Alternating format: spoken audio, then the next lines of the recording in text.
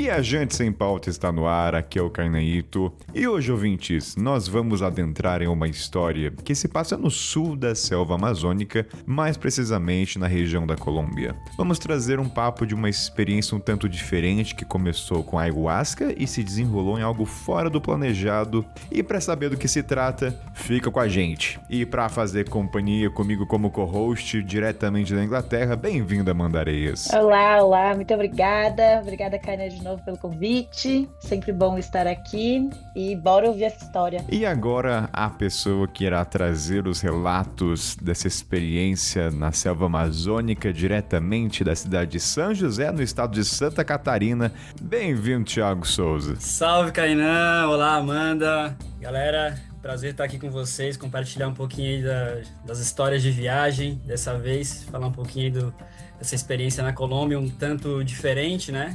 Então tem bastante pauta aí pra hoje. A pergunta, será que, Amanda, o Thiago cruzou a linha moral e ética quando foi pra lá? Será que a gente faria o mesmo, Amanda? Não sei, tô curioso também. Olha, Kaina, tem poucas coisas que a gente não faria. Sube o trilho!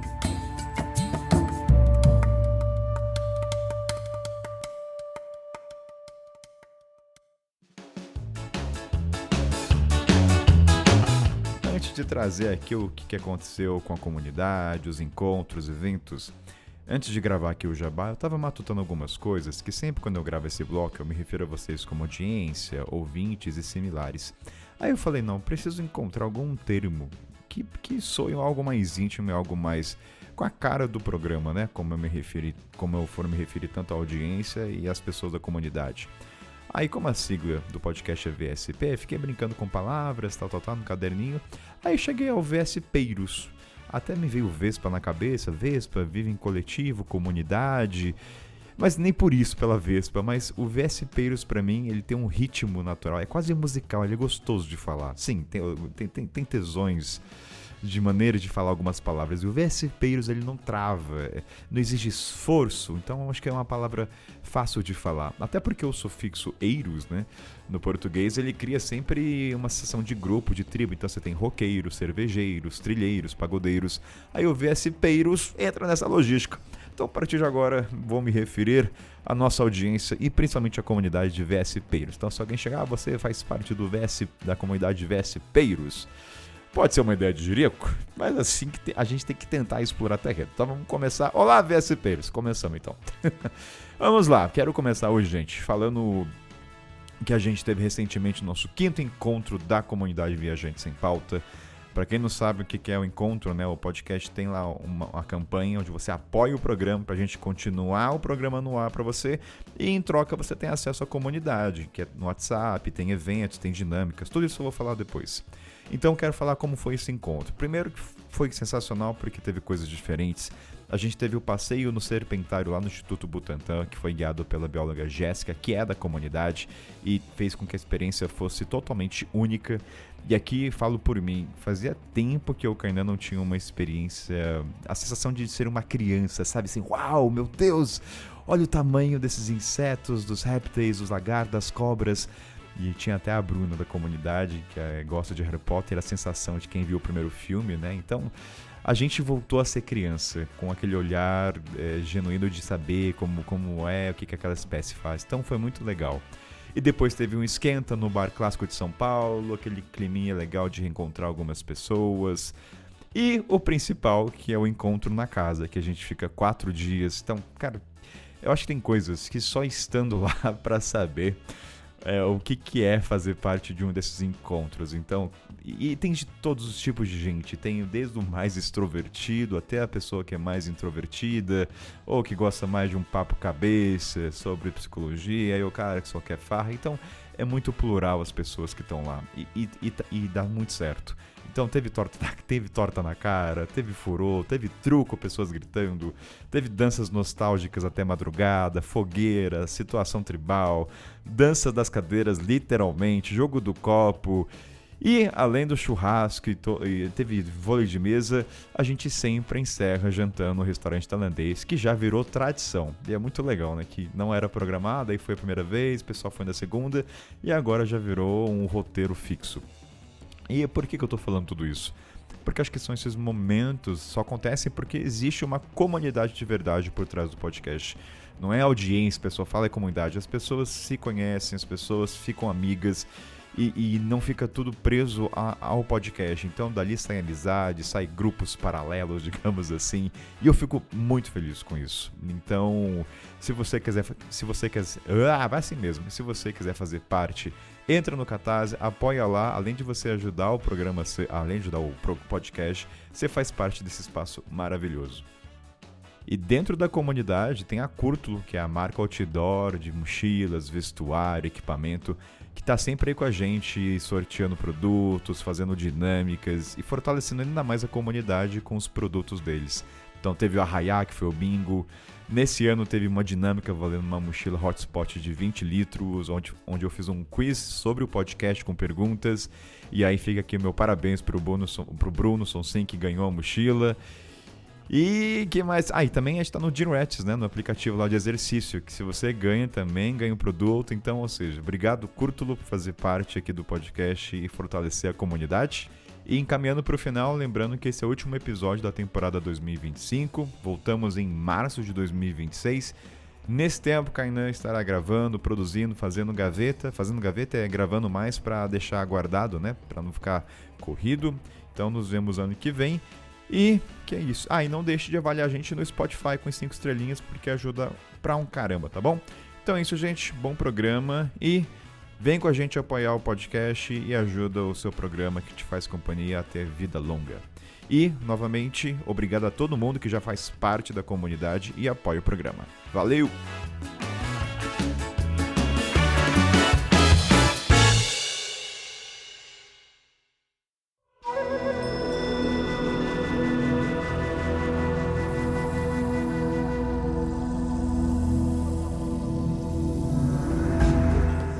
Tiago, meu querido, para começar esse programa, vamos dar o contexto para a nossa audiência que está escutando você pela primeira vez, antes de a gente falar da visitação que você teve nessa plantação na Colômbia.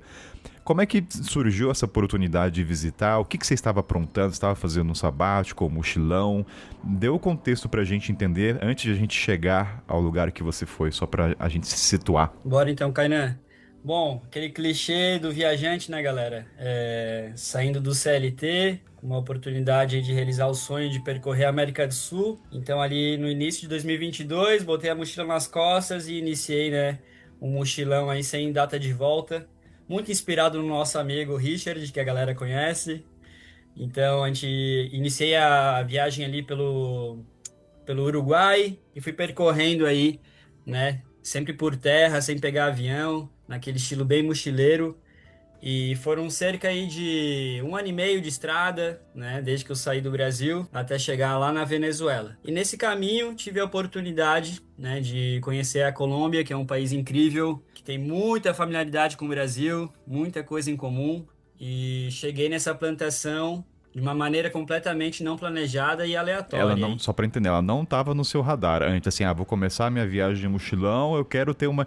Porque geralmente a gente faz um checklist do que a gente quer vivenciar.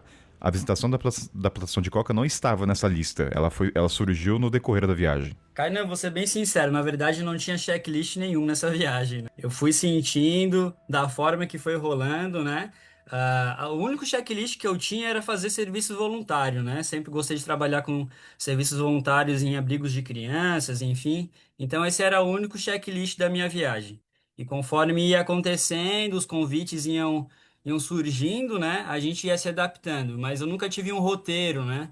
Então a plantação foi algo completamente ao acaso, digamos Então assim. vamos trazer esse acaso. Você estava num bar, tomando uma breja, e alguém olhou pra você, cara de latino, vem... Eu não sei falar espanhol, tá, gente? Amanda...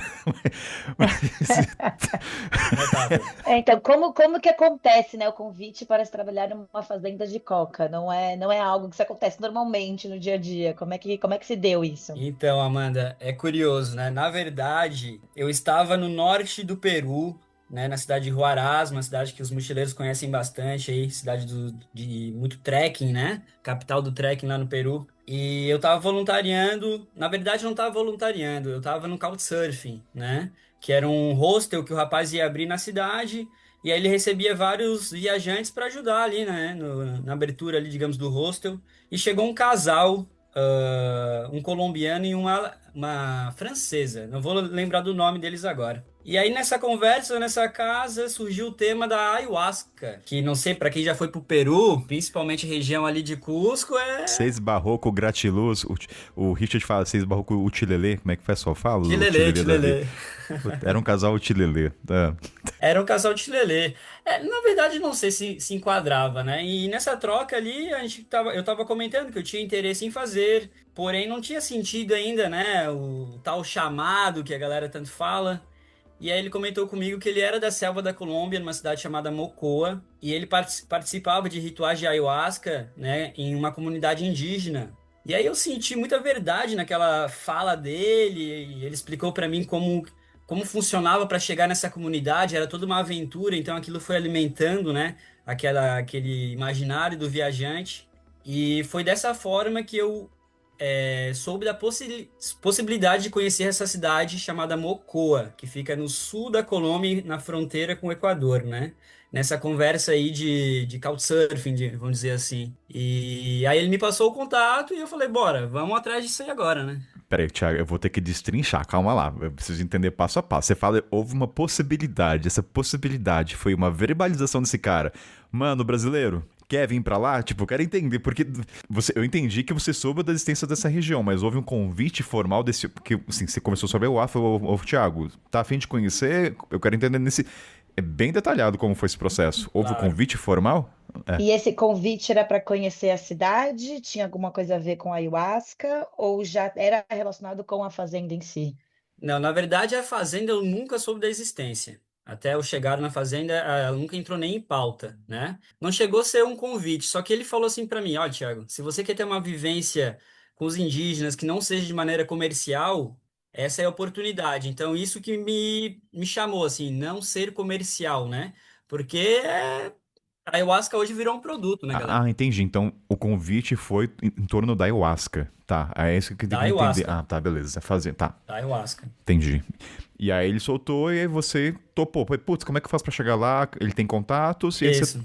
Então, como eu estava no norte do Peru, eu ainda ia cruzar todo o Equador até chegar na Colômbia. Então eu deixei em aberto. Eu falei, cara, me passa o contato dele. Ele falou, olha, tem um amigo meu que é xamã, é uma comunidade indígena isolada, então todos esses elementos foram me chamando. Se fosse só a ayahuasca, o Kainan e Amanda, eu acho que eu não iria, né? Mas ser ayahuasca numa comunidade indígena, um xamã indígena, eu falei, nossa, é a oportunidade que eu tenho, né, de viver isso, Você sai né? um pouco da rota comercial, tentar ser o mais autêntico, entre aspas, aqui É, possível, né? completamente, assim. E era um rapaz jovem, né? Ele tinha o quê? 22 anos no máximo. A menina tinha 20 anos. Era um casal bem jovem, né? Que tinham se conhecido na Colômbia e começaram a descer a América do Sul, né? Eu estava subindo. Então, E, Thiago, até esse momento você não tinha experimentado a ayahuasca ainda. não, tinha sido. Olha, Morei no Vale Sagrado 2 meses, né? Em Pisa, que é ali perto de Cusco, que é. O turismo é todo em torno disso. Só que assim, pessoal, lá é aquela coisa assim: você vai fazer com um xamã da Polônia, literalmente. Era um polonês que mandava na cidade. Eu falei, não, você tá doido? Eu não vim pra cá pra fazer ayahuasca com um polonês, nada contra os poloneses, né? Pelo amor de Deus. Mas quando o assunto é ayahuasca. É, um pouco de apropriação, assim, né? Sem contar que US$ 500, talvez, uma experiência dessa. Não, aqui vai longe, tá, Thiago? A gente vai falar, mas US$ 500 pra participar de um ritual de ayahuasca? Sim, com certeza. Se você vai É nessas muito cidades turísticas. comercializado hoje em dia. Caraca, eu não imaginava que era tudo isso, gente. Meu Deus. Porque quem paga isso é o europeu, né? O próprio europeu vai para aquela região e acaba. Aqui na Europa eles têm uns retiros de, sei lá, 7 dias, 5 dias, 10 dias, e custa caríssimo. E é feito por europeu, o Shaban, entre muitas aspas, é um europeu, e eles trazem da Amazônia, obviamente, e é bem bizarro, assim, é bem comercializado. E como que a Europa se apropria, né? Se apropriou dessa parte na Índia também, da yoga e dos retiros e da ayahuasca, enfim, a Europa se apropria de tudo e faz deixar com as caras deles e cobra 10 vezes É. mais. Seguem querendo colonizar a gente, né? Aí o Thiago Exato. ouviu o chamado no coração, coração acalentou, falou, vou nessa aventura, vou lá conhecer. Na verdade, na hora, eu sempre tive muito respeito nessa questão dessas medicinas ancestrais, né? Então eu não sabia se eu ia chegar lá, realmente eu ia fazer, né? Mas o chamado realmente era aquela coisa: você vai conhecer uma família indígena que vive isolada e você tem um contato para isso, né? Então, assim, isso me deu uma segurança um pouco maior de ir atrás disso. Desse convite até a viagem para a fazenda, se passaram o quê? Uns 2 meses. Então foram uns 2 meses processando, né? Fazendo contato. Primeiro ele me passou o contato do xamã, que se chama Ariel. Lá eles falam Dom, né? Não sei se vocês sabem, mas essa região, Equador, Colômbia, Venezuela, não é senhor, é Dom. Então já dá aquela mística, né? Dom Ariel. E aí você, então, estava fazendo contato, e aí houve um momento assim, partiu, peguei o busão, vou chegar até lá, era um couchsurfing, era um voluntariado. O que que você sabia que te aguardava nesse espaço, na experiência da ayahuasca? Então, eles só falaram assim pra mim, ó, 2 semanas antes de você vir, confirma pra gente que a gente vai enviar alguém da família pra te buscar no terminal da cidade, coisa e tal. E aí foi curioso, um pouco antes disso, vale ressaltar, o Du, que é também aqui da comunidade, né, o @DuExplore, fotógrafo, a gente estava no Equador junto, e ele fez a ayahuasca na selva do Equador, nesse pega turista, Ah, ele caiu no golpe? né? Ei, E foi uma merda a experiência dele, foi muito ruim. E ele caiu nesse golpe, daí eu dei uma balançada assim, né? Eu falei, não, mas ele fez com um xamã que era da América do Norte, dos povos, sei lá o quê. Falei, velho, não, não, eu tô indo pra realmente, né, viver algo que é do nosso continente. E aí, 2 semanas antes, eu mandei mensagem, falei, ó, tô chegando dia X aí na cidade. Ah, não, beleza. Dia X, a minha esposa, que é a dona, como que é o nome dela? Dona Lucíada vai estar lá te esperando. E aí foi assim que a gente fez esse contato, certo? não cheirava golpe? Pra mim tá cheirando tanto golpe assim. Eu tô tipo, me perguntando por que que as pessoas iam querer te acolher, sabe? Assim, do outro lado da moeda, por que que eles vão Uhum. querer te receber? Tipo, eles não querem turista, por que que vai ser. Ai, Kainan, você tá com a mente muito de cidade grande, de São Ah, Paulo. Por que que eu vou colher esse estranho na minha casa? O que que eu Eu ganho tô no com papel de isso? comunicador aqui, eu tenho que trazer as contradições, Amanda. cadê o dinheiro, né? Em nenhum momento foi envolvido valores, sabe? Em nenhum momento. Eu falei, né, que estava indo pelo ritual da ayahuasca, claro, mas em nenhum momento foi tocado nesse assunto. E aí foi quando eu cruzei. Aí eu estava no norte ali do Equador, cruzei para uma cidade chamada Pasto, que é a cidade de fronteira ali com o Equador. E de lá eu ia pegar um ônibus até essa cidadezinha chamada Mocoa, que dá mais ou menos 10 horas de estrada. E assim, estrada, né? Quem viaja pela América Latina sabe que estrada às vezes não é uma estrada, né? É um caminhozinho que passa uma van e meia. Então foi bem tenso chegar nessa cidade chamada É Mocoa. uma cidade que afasta já o turista, já filtra bastante. Tipo, um turista não vai estar lá. Não, lá não existe turismo, talvez um turismo local, por cachoeiras, algo assim, mas não é uma cidade que está em nenhum roteiro turístico, assim. Desconheço alguém, nunca ouvi falar em alguém que foi para lá, na verdade. E aí você chegou lá, o cara te abriu, o Ariel te abraçou, bem-vindo. Nada. Tinha uma missão, na verdade, até conseguir chegar na comunidade que eu não sabia que era tanto, né? Eu cheguei e primeiro aquele baque, né? Eu sei que eu estava na selva colombiana. O que que vem na cabeça quando você fala selva colombiana? Primeira coisa, né? As Farc e tudo, né? Paramilitares e tal. E eu cheguei no terminal, tinham vários militares, entre aspas, dava para ver que não eram militares fortemente armados, assim, né? Nesse terminal. E dava pra ver que eram paramilitares, assim, não eram oficiais. E aí já deu aquele baque. Falei, opa, tô, tô num ambiente hostil aqui. Então, já Isso, deu isso aquele não frio na era em barriga. Mocoa já. Isso já em Mocoa. Já era em Mocoa. Já em Mocoa, nesse terminal de ônibus. Um terminal, assim, bem pacato, assim. ah, eu não sei o tamanho da cidade, mas é pequena. E aí lá eu encontrei a dona Lucíada, uma senhora de 1,50 m, com características bem indígenas, né? Ela tinha uma deficiência numa perna, né? Então ela caminhava assim, meia. mancando, mas com um sorriso, assim, que me recebeu, que eu falei, meu Deus, eu me senti muito importante em estar lá, só nessa receptividade que ela teve, Só pra né? entender, essa mulher fazia parte do vilarejo? Era conhecida do. Ela era esposa É a Ah, a esposa do esposa do do Ariel. Ariel, tá. Ariel, Tá. esposa do Ariel. E você ia se hospedar na casa deles? Isso, eu ia ficar o tempo todo na finca, né, que é o sítio que eles chamam. Só que daí a gente pegou uma caminhonete, né, um transporte, como é que eu vou dizer, informal. A gente foi numa caçamba de uma caminhonete durante 1 hora e meia até um outro povoado, né? E assim, um calor, pessoal. Isso era dezembro, tá? Eu esqueci de comentar, mas isso era início de dezembro de 2022. E aí chegamos, e aí desembarcamos numa estradinha, assim, no meio do nada. E de lá ela falou, ó, agora a gente tem mais 2 horas de caminhada até a casa. Eu falei, nossa senhora, Nossa. se eu queria imersão, então toma, né? Não pediu imersão? E aí eu lembro que a gente desembarcou e caiu. Eu não sei se vocês já tiveram experiência de ir pra selva, mas a selva é isso, né? Do nada dá uma chuva que parece que vai acabar o mundo, né? E aí deu uma chuva dessa, a gente esperou, tipo, num pontinho de ônibus e depois iniciamos a caminhada, hein? E nesse processo, quando a gente tava falando aqui, quando alguém fala selva amazônica ali na Colômbia, atrás das Farc, você tava com medo de chegar e ser um lugar de exploração de trabalho? O que que passava na sua cabeça? Ou você tava muito tranquilo? Kainan, isso já era o quê? O 10º mês de viagem. Já tinha passado tanta coisa que eu tinha perdido completamente a noção de perigo de qualquer coisa, sabe? Eu só ia. Eu só ia, eu nem pensava assim. Se eu te falar que eu tava com receio, é mentira. Eu tava com aquela sede de viver o novo, assim. E isso é algo, né, da galera mochileira, né? Essa irresponsabilidade um Não, não, fale pouco. por você e sua habilidade, não vem generalizar, não. Eu tenho uma dúvida só, deixa eu fazer só um recorte. Porque quando a gente tá na viagem, assim, essas oportunidades surgem de uma maneira mais aleatória possível, né? Descompromissadas. E a Uhum. tendência das pessoas é você não correr risco. Familiares, amigos, não, Thiago, não vai pra lá. Não teve esse contra-argumento, não vá, tipo, não, é perigoso.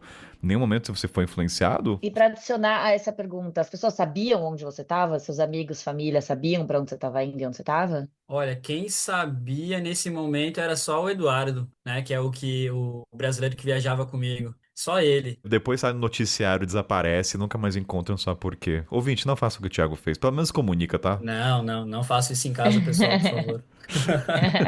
Eu acho que o fato de você ter conhecido alguém 2 meses antes no hostel que te falou que é de lá Uhum. passa uma credibilidade um pouco maior também, né? Se fosse uma pessoa na rua entregando um panfleto, Ah, sim. seria um pouco diferente. Eu acredito muito, assim, quando você tem uma troca com alguém na viagem, a gente está tão aberto, né, a receber e a compartilhar, que nesse rapaz eu senti muita verdade. Não tem como a gente explicar, né, o sentimento que a gente tem na hora.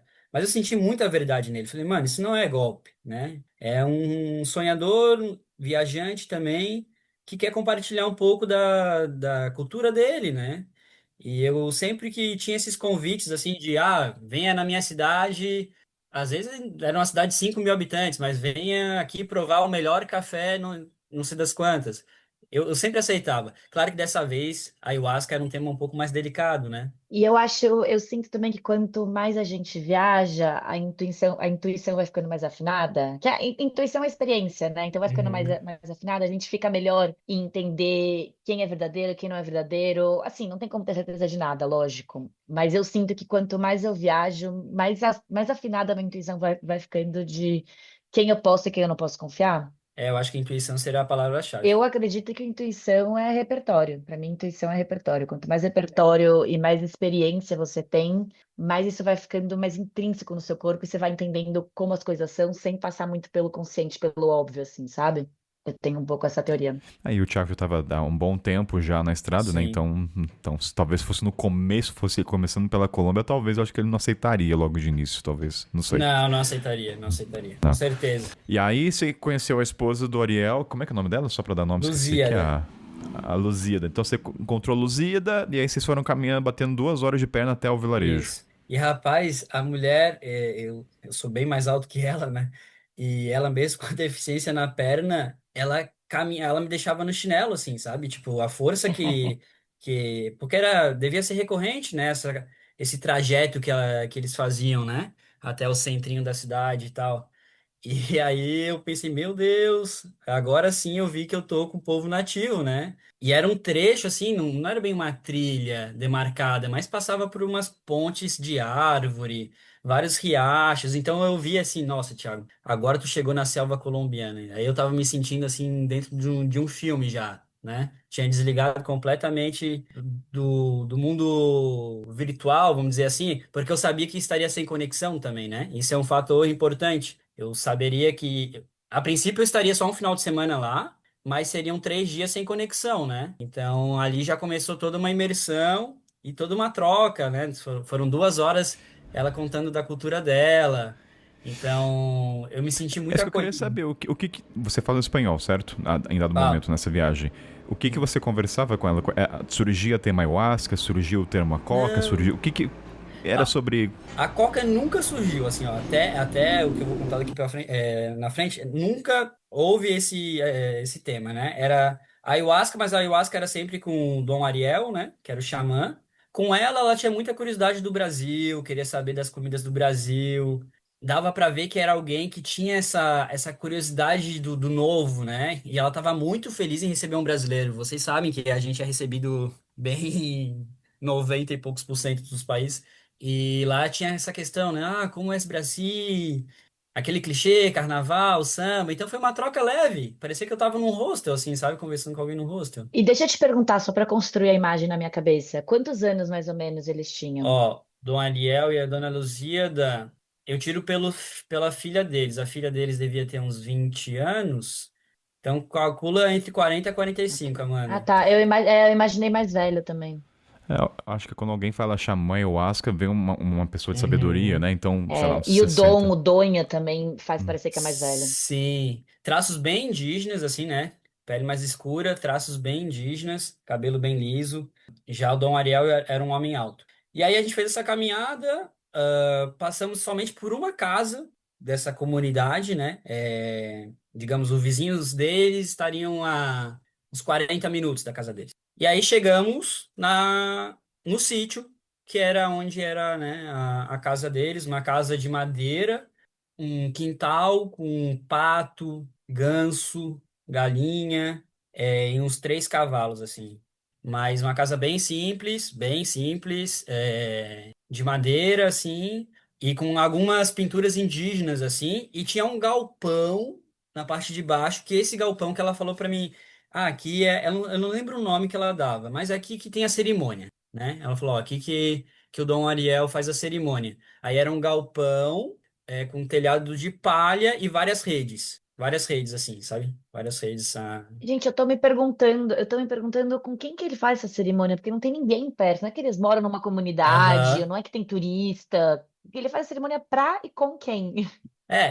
Essa comunidade, eu não sei dizer quantas famílias, mas vamos lá, 15 famílias, mais ou Mas a pessoa menos. mais próxima tá 40 minutos a pé de distância. Exatamente.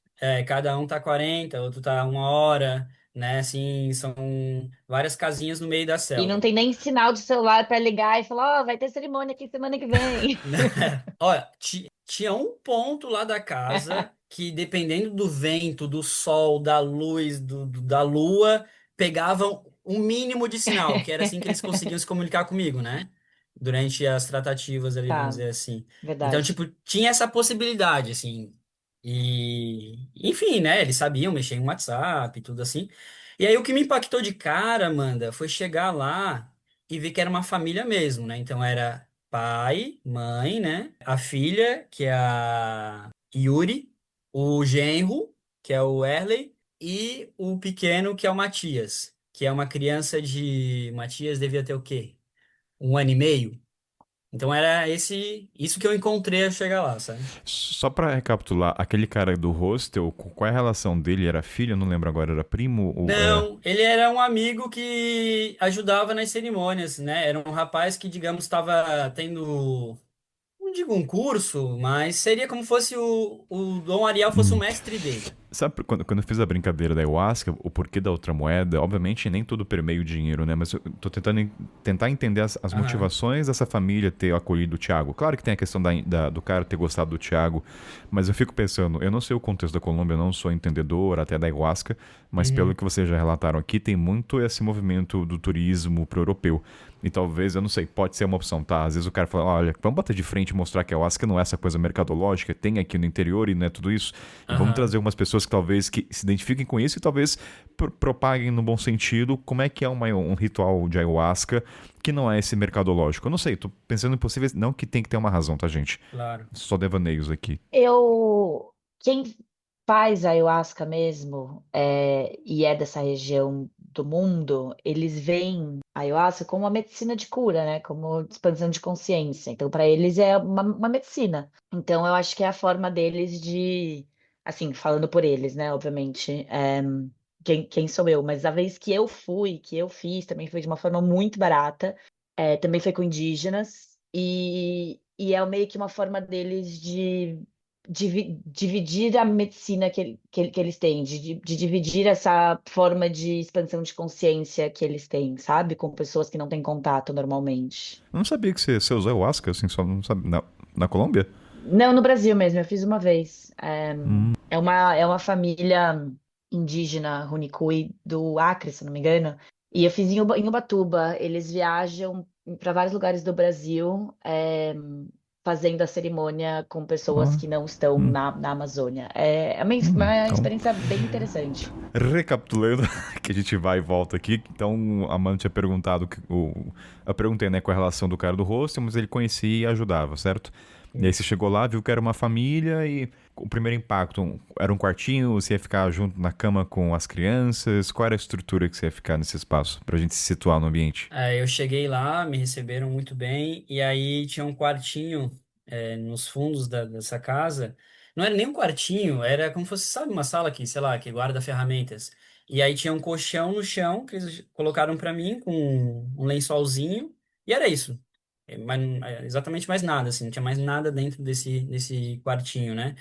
E tem algo que me impactou muito, que na pintura desse quartinho, tinha uma pintura que era, não sei como colocar em palavras, mas era assim, é como se fosse uma mulher ajoelhada, beijando o solo e uma árvore brotando em muitas cores. Porque, né, a ayahuasca, ela mexe ali nessa questão da psique, né, dessa parte mais alucinógena. Então eu pensei, meu, alguém que estava viajando demais fez esse desenho, porque trazia essa questão da terra, da mata, junto com essas cores que traz, né? Qualquer substância alucinógena. E aí eu fiquei nesse quarto com essa pintura. Então, essa pintura me acompanhou durante. Já adianto para vocês que eu fiquei 3 semanas lá.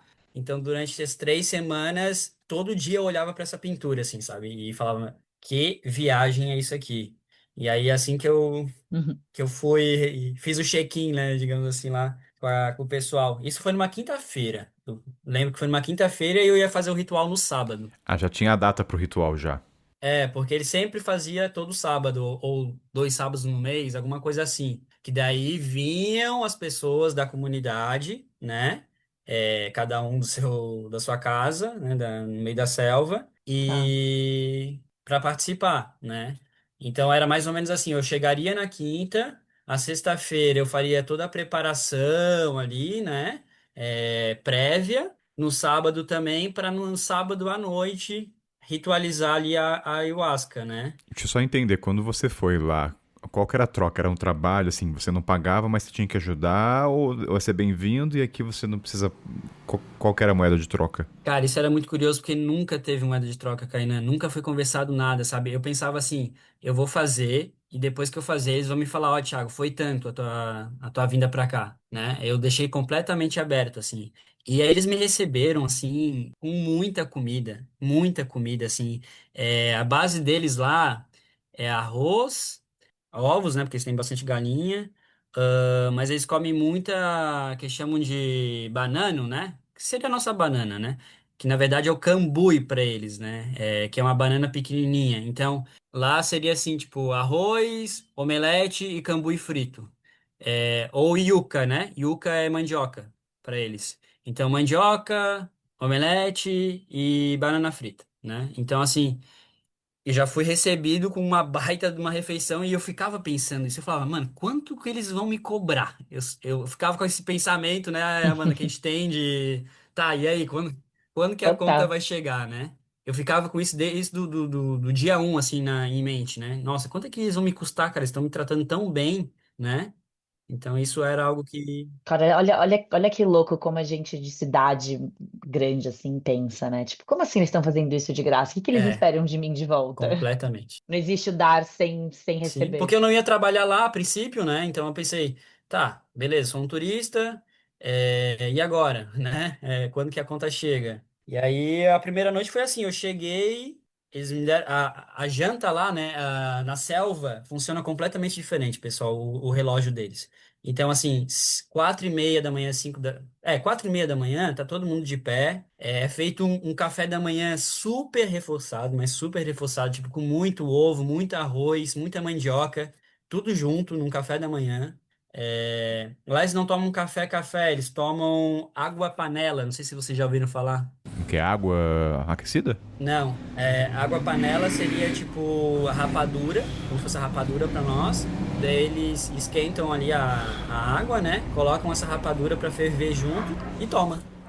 Basicamente isso. É um chá de É, rapadura. seria um chá de É porque quando rapadura. você falou água de panela, teve alguns lugares, infelizmente, bem no interior de alguns países africanos, dada a pobreza, que o nosso café, além de pouca comida, era água com açúcar. Uhum. Era isso. Então, Basicamente. sim. E porreta, né? Porque já a glicose ali na. Açúcar, né? Taca de açúcar pra trabalhar, que a gente pegava na É. enxada, né? Então, Uhum. Uhum. e aí você foi bem recebido, então, pela família, tudo. No dia lá você ia ter a cerimônia. E aí, qual foi os próximos Uhum. passos nesse espaço? O que foi acontecendo e foi se revelando pra você? Claro, daí então, ali na sexta, que foi um dia antes, conheci a família, conheci como é que eles trabalhavam ali, como que era o dia a dia deles, e até então ainda nada de coca, né? Não sabia de nada. E me conectei muito já assim com eles, eles me contaram que já teve outras pessoas de fora que apareceram lá. Então isso vem um pouco de encontro que a Amanda estava curiosa, né, em saber. Eles tinham recebido já alguns europeus sempre por esse boca a boca, sabe? O rapaz lá que viajava falou para um e tal, apareceu um cara lá. Então teve uns três, quatro europeus que já tinham ido para lá. A princípio eu pensava que era só pela ayahuasca, né? Depois fui saber que não. Mas Eu já vou te pedir o contato do Ariel e da Lucia assim que a gente terminar essa chamada, facilmente, Thiago. facilmente. E eu consegui, tá? Um amigo meu chileno pediu o contato e também foi. Também foi. Olha só. É, Caralho, Meu foda. Deus, vai lá, é. Amanda. E aí foi isso, Kainan, nesse dia. E aí no sábado mesmo, né? Já vamos ir pro dia da cerimônia. Foi o dia que eles me falaram assim: ó, Thiago, primeira coisa, tira a bota. Você precisa sentir a selva. Eu me lembro muito de eles falarem isso. Então tu vai ter que andar o dia todo descalço no meio da mata, com o nosso vizinho, que eu esqueci o nome agora. E aí esse vizinho foi lá e falou: olha, Thiago, para tu fazer a ayahuasca hoje, tu vai ter que andar descalço o dia todo e a gente só vai poder comer o que a gente conseguir no meio da mata. Então, essa seria iniciar o ritual, né? Assim, eu sei que Mais ou menos. eu só quero tirar umas dúvidas sobre a ayahuasca. Eu sei que a gente vai para outros setores do Uhum. programa da conversa, mas só pra. Eu não sei, a Amanda fez o ritual, eu imagino que ela não teve que ficar descalço o dia inteiro em Ubatuba. Eu acho que cada processo é diferente, certo? Da ayahuasca. Tem uma preparação, o descalço em específico não, mas existe uma preparação que você precisa passar por uns dias antes, na questão de se abster de carne, Isso. sexo, drogas, álcool, comida mais pesada, umas coisas assim. Mas o descalço em si não tinha Ah, me só pra falado, não. saber. Então, no caso, o Thiago era descalço e pegar o que que a natureza podia te É. entregar, Aí certo? a gente passou o dia todo pescando no rio, colhendo mandioca. E foi louco porque o tá descalço na selva, pô, selva tu vai pensar direto o quê? Numa sucuri, numa aranha super venenosa, um sapo com um veneno muito doido. E aí no começo eu fiquei com muito medo, assim. Vocês estavam perguntando de Não, medo ali, eu senti medo. Mas ô depois eu Thiago, não, falei, não precisa nem ser um animal. O pé, ou a não ser que seu pé seja calejado, cara. A gente não anda sim, descalço o dia inteiro. Tem isso. Eu amo. Eu amo que ele tá no meio da Amazônia colombiana, com um monte de gente que ele não conhece, a horas de qualquer civilização, e o medo dele é colocar o pé descalço Meu, que loucura esse traço da na cidade, grama. né? Muito É, bom isso. foi mesmo. E aí esse dia foi essa preparação o dia todo, sim, sabe, pessoal? Aí realmente me conectei com a selva, consegui escutar muitos sons, né? Som de macaco, que é literalmente no meio do nada. E aí, no fim do dia, deu uma baita de uma chuva, que é normal na selva, e à noite eu desci lá pro galpão onde ia ser o ritual, né? Que daí tu fica numa rede. O ritual em si, eu não sei se eu consigo detalhar pra você. Detalhar eu não consigo, né? A Amanda sabe que é algo muito pessoal. É, e a gente precisa de um outro episódio É. só pra Eu isso. só, eu só tenho uma dúvida. Assim, eu acho que não precisa aprofundar na ayahuasca aqui, que eu acho que não é o foco Uhum. tanto, mas só pra entender. A ayahuasca, ela deriva de alguma planta, local? Qual é a só pro ouvinte entender, muito por cima, Thiago e Amanda, Claro. o que que é ayahuasca, né? A gente não precisa aprofundar, tem várias vertentes, mas Aham. é uma planta nociva, alucinógena, ela é legal no país? É a mistura de duas plantas. Não vou lembrar agora quais ou o que. Eu acho que é um cipó com É um alguma outra cipó, é mais uma coisa. raiz, E é né, essa Amanda? mistura dessas duas substâncias, eu acho que é alguma coisa assim. E a mistura dessas duas substâncias cria.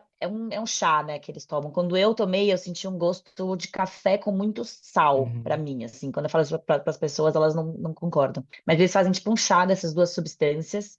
E ela é legalizada no Brasil se ela for feita, consagrada em contextos religiosos ou indígenas, por exemplo. Você não pode, ninguém, você não pode ter, ninguém faria, mas ninguém usa ayahuasca na Depende balada, por exemplo. quais os Mas fins, se né? você tiver, Como. exato, exato. Mas se for consagrado ou por indígenas ou por alguma religião, é legalizado no Brasil. Na Colômbia eu não faço ideia. E aí foi a noite toda esse rolê aí, né, da ayahuasca. A noite toda, fogueira, tudo que tem direito. E aí foi isso, o processo da ayahuasca terminou aí na manhã de domingo, né? Que daí foi quando eu subi pro sítio de volta, né? Porque ficava na parte de baixo, daí eu subi pro sítio, dormi e tal. E bom, aí termina a ayahuasca. E aí, quando eu acordei, final de tarde, aí falando com um xamã sobre a ayahuasca, ele, né, me contou ali o que aconteceu, o que não aconteceu. E aí eu olhei uma casinha no meio de uma plantação, assim, sabe? Tipo, um baita de uma plantação que eu nem tinha me tocado o que que era, porque eu tava tão focado na ayahuasca, né? Aí eu olhei pra casinha e perguntei, o que que é aquela casinha? Daí ele falou bem natural assim. Ah, aquela casinha é o laboratório. Eu, ué, laboratório? Laboratório do quê? De repente, mas laboratório do quê? Aí ele falou em espanhol, né? Ele falou, laboratório a gente produz a cocaína. Eu falei, quê? Como assim? Eita! Bom dia, sabe?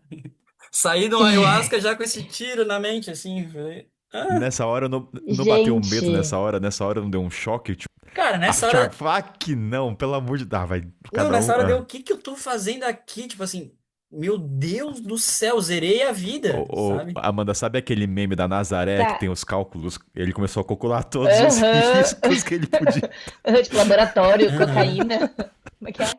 É, então, porque era uma das perguntas que eu ia fazer quando a gente chegasse nisso. Se era uma fazenda de coca planta ou se tinha, não sei se chama refinaria ou Laboratório. laboratório, de cocaína. Mas então você já tá respondido. Realmente se fazia Cocaína. cocaína lá, não era Não, só a a planta coca, coca. toda a coca que era produzida lá era para cocaína. Nenhuma era para fim medicinal, chá, seja lá o que for, Caralho, Queen. sabe? Eu tô tentando Tá. colocar na situação, Amanda. Como a gente reagiria?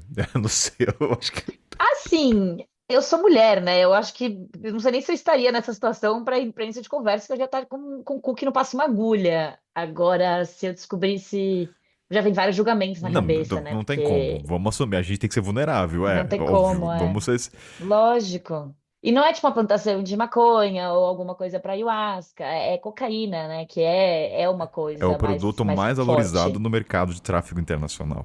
Uma das, Sim. né? Então, Hum, que loucura, meu Deus. Ah, E daí, aí? né, primeiro eu recebi ali a notícia e assim, tudo isso acontecendo e a criança jogando bola comigo, sabe?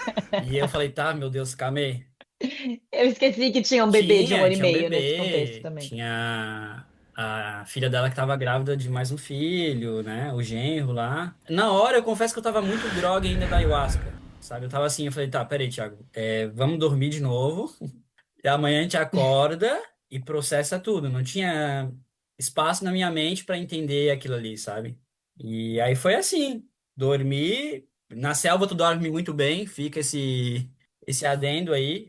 Meu Deus, as melhores noites da minha vida foram na selva. Isso aí entendeu? O xamã é o cara que falou que tinha um laboratório, que ali Uhum, tinha uma plantação de coca com fins para fazer o produto, a cocaína. uhum. E aí, a minha dúvida depois que você teve o baque, nesse tempo que você ficou 3 semanas, né? Então foi bem no começo ainda, não foi no Foi. último dia que você soube que você Não. estava numa plantação.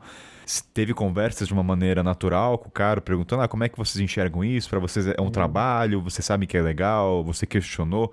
Eu queria entender qual foi o modo como você lidou com isso, se você reagiu ou não, ou como se conduziu as conversas e os tópicos daquele Aham. momento adiante. Cara, naquele primeiro momento não teve troca nenhuma sobre. Eu só escutei, respeitei ali no momento, né?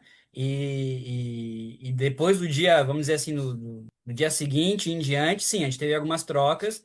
Só que quando eu acordei no outro dia, cara, né, eu pensei assim, ó, cara, é a oportunidade da minha vida de eu ver com meus olhos um dos temas talvez mais polêmicos da história da construção do nosso continente, sabe? Da história moderna, vamos chamar assim. Então, do nada, eu assumi um cunho jornalístico muito forte. Parece que eu acordei um jornalista. Eu falei, cara, esquece Thiago Trips, agora vamos ligar o modo jornalista e vamos entrar nessa história Você de. é jornalista? Não sou, Não, tá. não sou, não, não sou, não. Mas do nada baixou um jornalista em mim. Sim, sim, sim, lógico. Eu teria feito exatamente a mesma É, coisa, sem é usar porque nenhum aquela, né, jornalista. mano, já estava ali. Eu pensei, tá, eu já tô aqui. Claro que eu não iria se eu soubesse, ó, estou indo para um lugar que tem uma produção Uhum. de coca. Poderia ser até coca para outros fins, mas quando eu soube daquilo, eu falei, olha, eu vou assumir essa bronca, vou perguntar se eu posso ficar aqui e conhecer um pouco mais a realidade deles. E assim foi feito, Kainan. Aí você que perguntou, tá? Eu falei, eu posso ficar aqui? Eles, pô, vai ser um prazer você conhecer a nossa realidade, coisa e tal, coisa e tal. E aí, desse dia em diante, eu falei, tá, vou viver isso aqui até onde eu conseguir e vou começar a trabalhar com eles, né? Porque eles perguntaram se eu poderia trabalhar com eles, né? Em troca ali de ficar ali. E foi assim. Aí comecei no outro dia já a entender toda a rotina. E aí já levantamos cedo, fui trabalhar com eles. Aí eles tinham duas fazendas, eles tinham essa fazenda que eu estava e a fazenda mais escondida, onde era a produção feroz mesmo, assim, ficava mais ou menos 1 hora e meia de caminhada. E aí foi nesse dia que a gente acordou, a gente encilhou o cavalo, né? Porque a gente sempre trabalhava com uma égua, na verdade. E aí eu fui, né? E fui fazendo registro de tudo, tudo, tudo, fotográfico, né? Eu evitava fazer E vídeo. eles deixavam você fotografar sem o menor problema. Completamente. Eu perguntei se eles falaram, não tem problema algum. Porque daí nesse começo eu não entrei em tema social, sabe? Eu só falei assim, eu posso relatar isso assim, né? Ele falou, pode. Até porque o Thiago tava no contexto assim, ele é dependente deles, ele não pode ser um cara invasivo e ficar fazendo questionamentos, vocês sabem que vocês estão patrocinando Lógico, nós. lógico, Aham. Então você, lógico. você tá num. Porque é importante você falar no começo do programa, porque eu não sabia, o Provinte eu não sabia da história a fundo, eu só sabia que o Thiago teve essa experiência na plantação. Porque, obviamente, gente, não vou ser hipócrita falar que não teve pré-julgamentos, não sobre o Thiago, mas de ir numa plantação de coca. Mas como ele falou que era pela Huasca e ali no momento ele se revelou que tinha plantação para fins da refinaria, aí é o outro olhar sobre. Porque eu acho Uhum. que qualquer viajante de bom senso, que não seja, e nem jornalista, qualquer jornalista vai ter muito cuidado também nesses espaços. Você não iria numa plantação de cocaína. Não, ninguém iria, gente. Isso aí é óbvio. Mas como era uma ayahuasca e ali se revelou, eu acho que é importante ressaltar isso pra audiência, tá? Tipo, o Uhum. Thiago não sabia. E eu também, eu faria a mesma coisa, eu iria pra conhecer, porque já aconteceu também, inclusive, comigo na África, mas eu não vou trazer aqui no programa, que depois foi descobrir que eram drogas um pouco mais pesadas, onde eu tava, mas na primeira instância não era. Amanda, eu tenho um Uhum. monte de pergunta. Quer somar aí agora que chegou a parte Não, da plantação? eu tô ouvindo ainda. Eu não sei se terminou. Aí você tava trabalhando, aí você começou a trabalhar. Você trabalhava fazendo o que exatamente? Então, o meu papel era. A gente ia nessa segunda fazenda, que era muito linda, tinha uma vista para as montanhas, era incrível. E aí, nesse dia, ali eu vi já, Amanda, assim, a dura realidade, né? Porque de cara eu pensei, a conta não tá batendo. Como é que eles produzem toneladas praticamente aqui dessa droga e eles são extremamente pobres, sabe? Tipo, é subsistência, Exatamente isso que eu né? pensei. E isso Uhum. que me fez ficar. E aí, nesse primeiro dia, a gente foi passar veneno nos pés, né? Tipo, vermifugo, não sei. Enfim, é tipo um agrotóxico que se passa para não dar formiga no pé de coca, porque isso era dezembro E a Ah, nos colheita pés da da coca, planta, você diz. da planta de Ah, tá. coca. Eu imaginei você passando veneno no próprio pé. Eu fiquei veneno no Não, não, pé. Não, o descalço é só da ayahuasca. Depois pode pôr a botinha lá pra trabalhar. Sim, que por isso que eu não nada. entendi. Descalço direto. Mano, acabou a ayahuasca, por que você tem que ficar descalço? Cara, não Pra se sei. conectar com a terra, É, Kainan. já tava Ah, ali. Descalço ah, direto, tá. Kainan. E A, aí pri- era a passar. primeira coisa que eu vou, quando eu rever o Thiago, eu vou querer. Thiago, deixa eu ver seu pé. Eu não tenho fetiche por pé, mas deixa eu ver como é que tá a sola do seu pé. Eu quero ver E se eu tá. passei uma foto muito bonita pra você dessa história. Depois você dá uma olhada que tá meus pés lá. Não meu pé que é bonito, é a foto, né? Passou desapercebido o pack do pezinho, tá? Mas agora eu vou olhar O de pé novo. aqui no pezinho. Da selva. Então você trabalhava descalço, passando lá os remédios. É, o pé tem mais ou menos para vocês, né, criarem imagem na cabeça de vocês. Tem cerca de 1 metro. Um pé ainda em crescimento. Quando ele atinge 1,80 m, 2 metros, começa a colheita, que é em abril. Então eu estava em dezembro. Então eu saberia que eu não participaria do processo de químico Você da trabalha. extração. Na primeira etapa você estaria mais com a planta em si, né? Não com o processo. Tá. Eu estaria só na parte digamos, cuidar do pé. Só que era um veneno de uma cor leitosa que aquilo ali cheirava câncer, cara, sabe? Você via aquilo ali assim e falava, meu, isso aqui tem um poder de destruir, né, a saúde de qualquer pessoa. E aí eu tava com aquele negócio, sabe, que você bota nas costas e vai colocando veneno, como, não Uhum, no sei, às vezes a spray, prefeitura assim. vai passar na calçada, assim, e era muito pesado e eles não usavam máscara. Não existe EPI. Eu falei, meu Deus, se eu passar isso aqui sem máscara, eu perco uns 8, 10 anos da minha vida aqui mais facilmente, né? E aí eu amarrava um monte de camiseta no rosto, Nossa. assim, sabe, na cara, pra tentar não ter contato com aquilo, sabe? Thiago, eu tenho uma curiosidade. Você começou a trabalhar então na etapa contato com a planta, não na parte química. Isso. E eu tô tentando me colocar na sua situação, porque assim, tá, beleza, eu sei que tem um laboratório, eu sei que é destinado pra cocaína.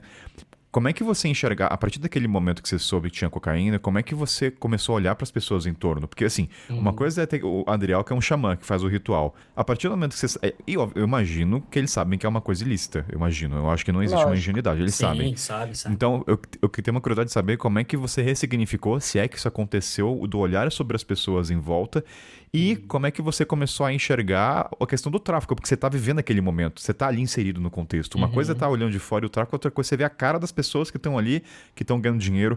Como é que isso mexeu na sua percepção? Se foi durante o momento ou isso só veio depois? Porque ele estava sem informação, estava Uhum. trabalhando, acordando, tomando café. Então, isso aconteceu? Cara, na verdade, nesse momento aí, eu queria fazer parte da família para eles confiarem em mim e me contarem o que eu queria saber, né? Que eu queria entender como que isso está acontecendo. Porque não sei vocês, mas quando a gente fala dessa história, qual a imagem que vem na cabeça? Alguém com o rosto tampado, com um fuzil na mão, fazendo a droga, né? É isso que é vendido para nós nesses streams e todos os filmes que a gente cresceu assistindo. E quando eu vi aquilo ali, eu falei, meu, mentiram pra mim a vida toda, sabe? Foi a percepção que eu tive. Eu falei, cara, não é. Pode ser que em algum lugar seja assim, mas não é sempre assim. Então, uma curiosidade absurda que me deu. Então, eu tentava agir de forma muito natural, e esse olhar jornalístico, eu tava com a câmera sempre na mão. Então, eu tinha a preocupação de pegar detalhes, a mão dela no veneno, peso, né, que era carregar aquilo nas costas, eu queria sentir também, eu queria vivenciar, por isso que eu já comecei a trabalhar com eles, né? Então eu cortei completamente essa questão do julgamento social, político-social. Durante esses primeiros dias, parece que isso sumiu da minha mente. Eu só queria saber qual que era a verdade. Era como se fosse uma busca incessante assim pela verdade, né? Por isso que eu falei, eu preciso colocar a mão na massa, né, para entender o que está acontecendo aqui. Então, os primeiros dias foram nesse contexto. Eu quero estar neutro aqui. Não quero que eles se sintam investigados de certa forma, sabe? Acho que você queria entender mais o micro e menos o macro, né, nesse momento. Completamente, completamente. Então, essa era a rotina, né? Essa era a rotina. A gente ia para essa fazenda, aí a gente, né, passava veneno nas plantas e era assim, pessoal. Eu não sei, eu sou muito ruim com questão de metragem, mas eram hectares. Posso garantir que eram hectares de plantação, tá? Não era tipo uma fazendinha. Algum momento você se sentiu cúmplice de uma coisa legal, assim, passou pela cabeça? Tipo, as Não, consequências disso? nesse momento não. Até esse momento que eu tô contando, não. Eu acho, assim, falando completamente sem saber, né? Mas pelo que você está contando, me parece que talvez os donos fossem outras pessoas. E eles fossem Uhum, tipo uns caseiros que tomavam conta, assim, sabe? uhum. Para ser algo dessa magnitude, desse tamanho, e serem pessoas bem simples, que moram no meio do nada, que não têm dinheiro. Eu imagino que talvez seja uma situação dessa. Uma mula, Sim. um laranja, alguém, um caseiro tá tomando conta da fazenda enorme de quem realmente é dono, sabe? No primeiro dia teve uma conversa sobre isso, né? Depois a gente trabalhar ali e tal, eu falei, nossa, como é que vocês conseguem, né? Eu tô extremamente cansado, esse veneno tem um cheiro fortíssimo e tal. E aí eu lembro de uma frase dele, assim, que me marcou muito. Ele falou, Thiago, se existisse uma política pública que trouxesse estradas, acesso aqui para nós, eu queimaria tudo isso aqui amanhã. Eu queimaria tudo isso aqui amanhã, porque isso aqui só nos mata, cada dia mais vai nos matando aos poucos. Ele não chegou a falar, mas tem histórico de câncer ali na comunidade, no caso do uso dos venenos, eles vivem sempre na mão dos traficantes. Então, assim, foi isso que essa frase que ele me falou. Se existisse uma política pública que trouxesse estradas, acessos para eles produzirem banana, mandioca e tiverem como escoar isso, ele queimaria tudo no dia seguinte. E quando ele me falou aquilo, eu Uhum. me arrepiei, né? Eu falei, cara, aqui tá a prova que eles são as maiores vítimas de todo o processo, né? Eles não são os Não, e é causadores aquela. disso. E é aquilo que a gente sabe no Brasil há muito tempo, né? Onde o Estado não chega, o tráfico chega. Então, Basicamente, é. O processo, mais ou menos, pessoal, eu sei que é muito a curiosidade da galera que está ouvindo, como funciona. Então, basicamente é assim: é feita ali uma encomenda, né, de X quantidade, eles produzem, então todo o processo é eles que fazem, eles plantam, eles cuidam, eles produzem, né? E aí vem alguém buscar a droga, não sei de que forma, se de cavalo, não sei, busca essa droga, paga ali o valor para eles da produção que se a gente for fazer uma conta, talvez a gente chegue em números de tipo assim, sei lá, 5.000%, 10.000%, 20.000% a menos do que é vendido no final dessa cadeia. lógico. Eu não faço ideia, confesso para vocês, eu não sei quanto que custa hoje uma grama de cocaína em países É casa de chega em milhões, pequenos. não uma grama, mas É, eu vejo muito aeroportuária restrita. Então eu sei que é muito dinheiro na Europa. sim, então assim, vocês imaginam essa construção, a família morando numa casa de madeira, comendo só o que eles produzem ali, né? No máximo que eles comiam era uma carne de pato, quando eles matavam um pato.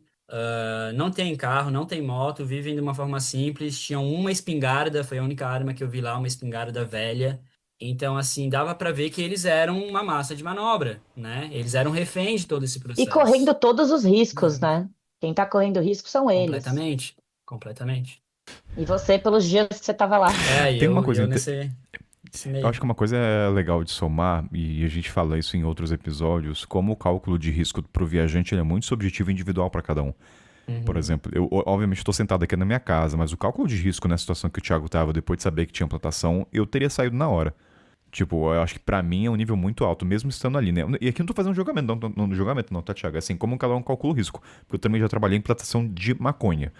E era um contexto que não ia pro tráfico, né? Era uma coisa de subsistência praticamente no Malau. Eu já falei isso aqui em alguns episódios. Eu não sei como é que a Amanda enxerga. Eu sei que você é mulher, Amanda, mas se você fosse homem, você estaria disposta a. Você ficaria? Eu sei que você tem um lado jornalístico muito forte. Eu ficaria Mas você. mesmo sendo mulher. Eu não sei se eu teria ido até lá sendo mulher, tá? Eu acho que depende muito, teria dependido muito da conversa que eu tive com o colombiano que você conheceu lá atrás no Peru. Quanto de confiança ele tivesse me passado. Aí eu decidiria se eu ia ou não ia. A partir do momento que eu tô lá, que eu me sinto segura, porque eu acho que como mulher, o meu maior medo quando eu viajo, não só quando eu viajo, lógico, mas quando eu viajo, são homens. Então, assim, a partir do momento que eu me sinto segura no lugar com os homens que estão lá, com o Ariel, com o genro dele, esse é o meu maior perigo. A partir disso, se eu me sinto segura nesse contexto, eu teria ficado, sim. Eu teria ficado. Pela curiosidade, pela experiência, por esse meu lado jornalístico, sem ser jornalista que eu também tenho, para entender melhor o que significa tudo isso, eu acho que eu teria feito a mesma Deixa eu coisa. fazer uma pergunta pra você, Amanda. Eu jogo pro Thiago. Se você estivesse na situação dele, qual seria a primeira pergunta? Partindo da premissa que você já tem um acesso ao xamã lá, ao Andriel. Qual seria a sua primeira questionamento pra ele, se você tivesse total liberdade? O que que você perguntaria? Eu gosto da tática do Thiago de entender o micro antes do que o macro. Eu acho que é, inclusive, bem importante, assim, porque o macro depois pode pegar um livro e ler, sabe? Eu acho que. E também a questão de você conseguir mais confiança das pessoas que estão ao seu redor. Acho que a partir do momento que você descobre que você está numa fazenda de cocaína, você começa a fazer várias perguntas que, de certa forma, tem um julgamento por trás, você perde essa confiança, né? Então, eu gosto da tática de tentar entender o micro mais, de tentar entender eles e a fazenda deles, em vez do contexto do país e do continente. Mas, enfim, eu tenho 1 trilhão de perguntas que já estou querendo perguntar para você, nem sei se você vai saber responder ou não, mas que eu tentaria encaixar dependendo de como eu sinto, do como eles estão abertos a falar sobre isso ou não, Lança a sabe? pergunta aí, vai. Vamos ver se o Thiago vai responder ou não. Senão na edição eu tiro. Eu tenho várias, eu gostaria de entender da onde que isso surge, como, quem compra, como que isso funciona. Você comentou que tem um histórico de câncer na comunidade, tem outras pessoas da comunidade fazendo isso também. É uma coisa da região, é uma coisa deles? Eles usam a cocaína? Eu tenho, assim, uma lista de perguntas. Mas acho que é mais entender o, o quem compra e por que eles, assim, sabe? Porque foi o que você falou, Kainan. Eu acho que quando eu penso numa produção de cocaína na floresta, a imagem que me vem na cabeça são pessoas com o rosto tapado, segurando armas. Imagem que a gente já viu, né? Sempre que, quando a Farc eram as Farc, a gente via essas imagens nos noticiários o tempo todo. Então, essa é a imagem que me vem na cabeça.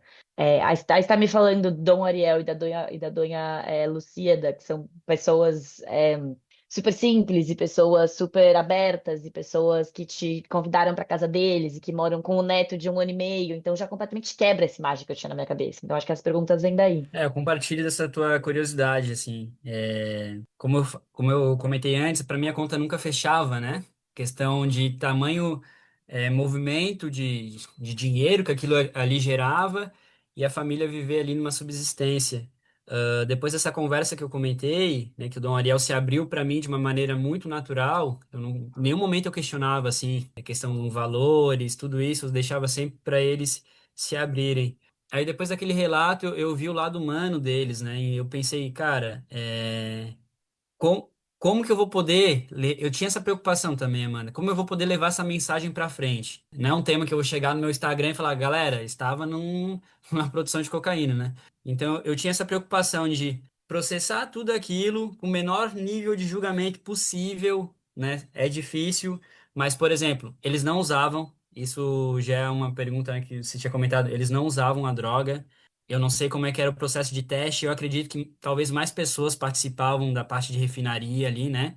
Nos meses de maio. A comunidade em si produzia. Então, esse vizinho deles, por exemplo, que passou comigo pré-ayahuasca, ele trabalhou comigo vários dias nessa fazenda. E ele também não usava a substância. Então, assim, dava de ver que era uma cadeia de produção e era gerenciada por alguém. Esse alguém eu não soube dizer quem. E eu vi que eles não queriam me falar de forma alguma, assim, eu não senti essa abertura, né? Porque devia ser um risco tremendo eu ter essa informação, até para mim, Uhum. né? Talvez.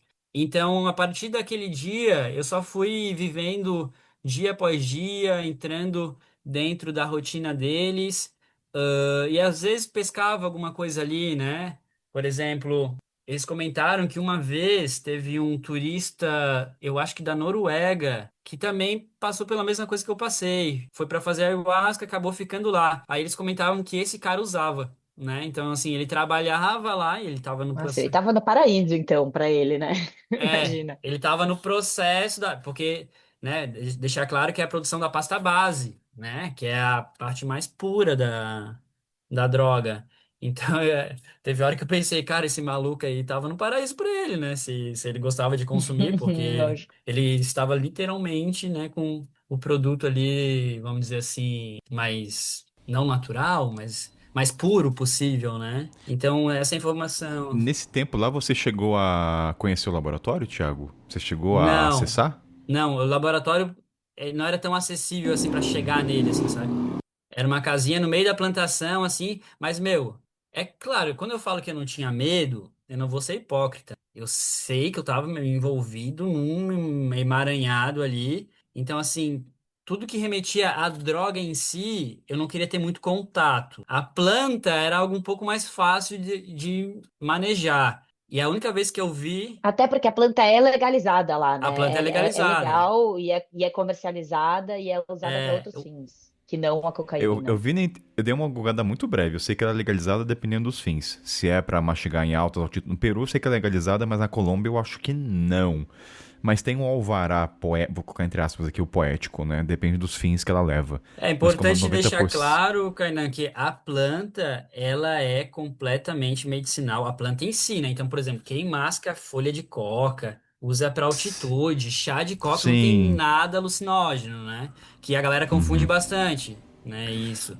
Então, a planta em si, ela é completamente medicinal e uma medicina ancestral. Acabou, né, sendo utilizada dessa forma depois. E tem uma coisa que eu tô me colocando na sua situação, que a Amanda tá falando de ver o micro, porque quando você tá nesse espaço, você tem uma mãe, você tem uma criança, a moça tá grávida, você tem o Adriel, que além de atuar nesse mercado, também é xamã da ayahuasca, entende-se conexão com a natureza e purificação, o quanto você enxerga, o quanto você começa a ter rostos, né? Sai daquela imagem de tráfego para ter uma humanização.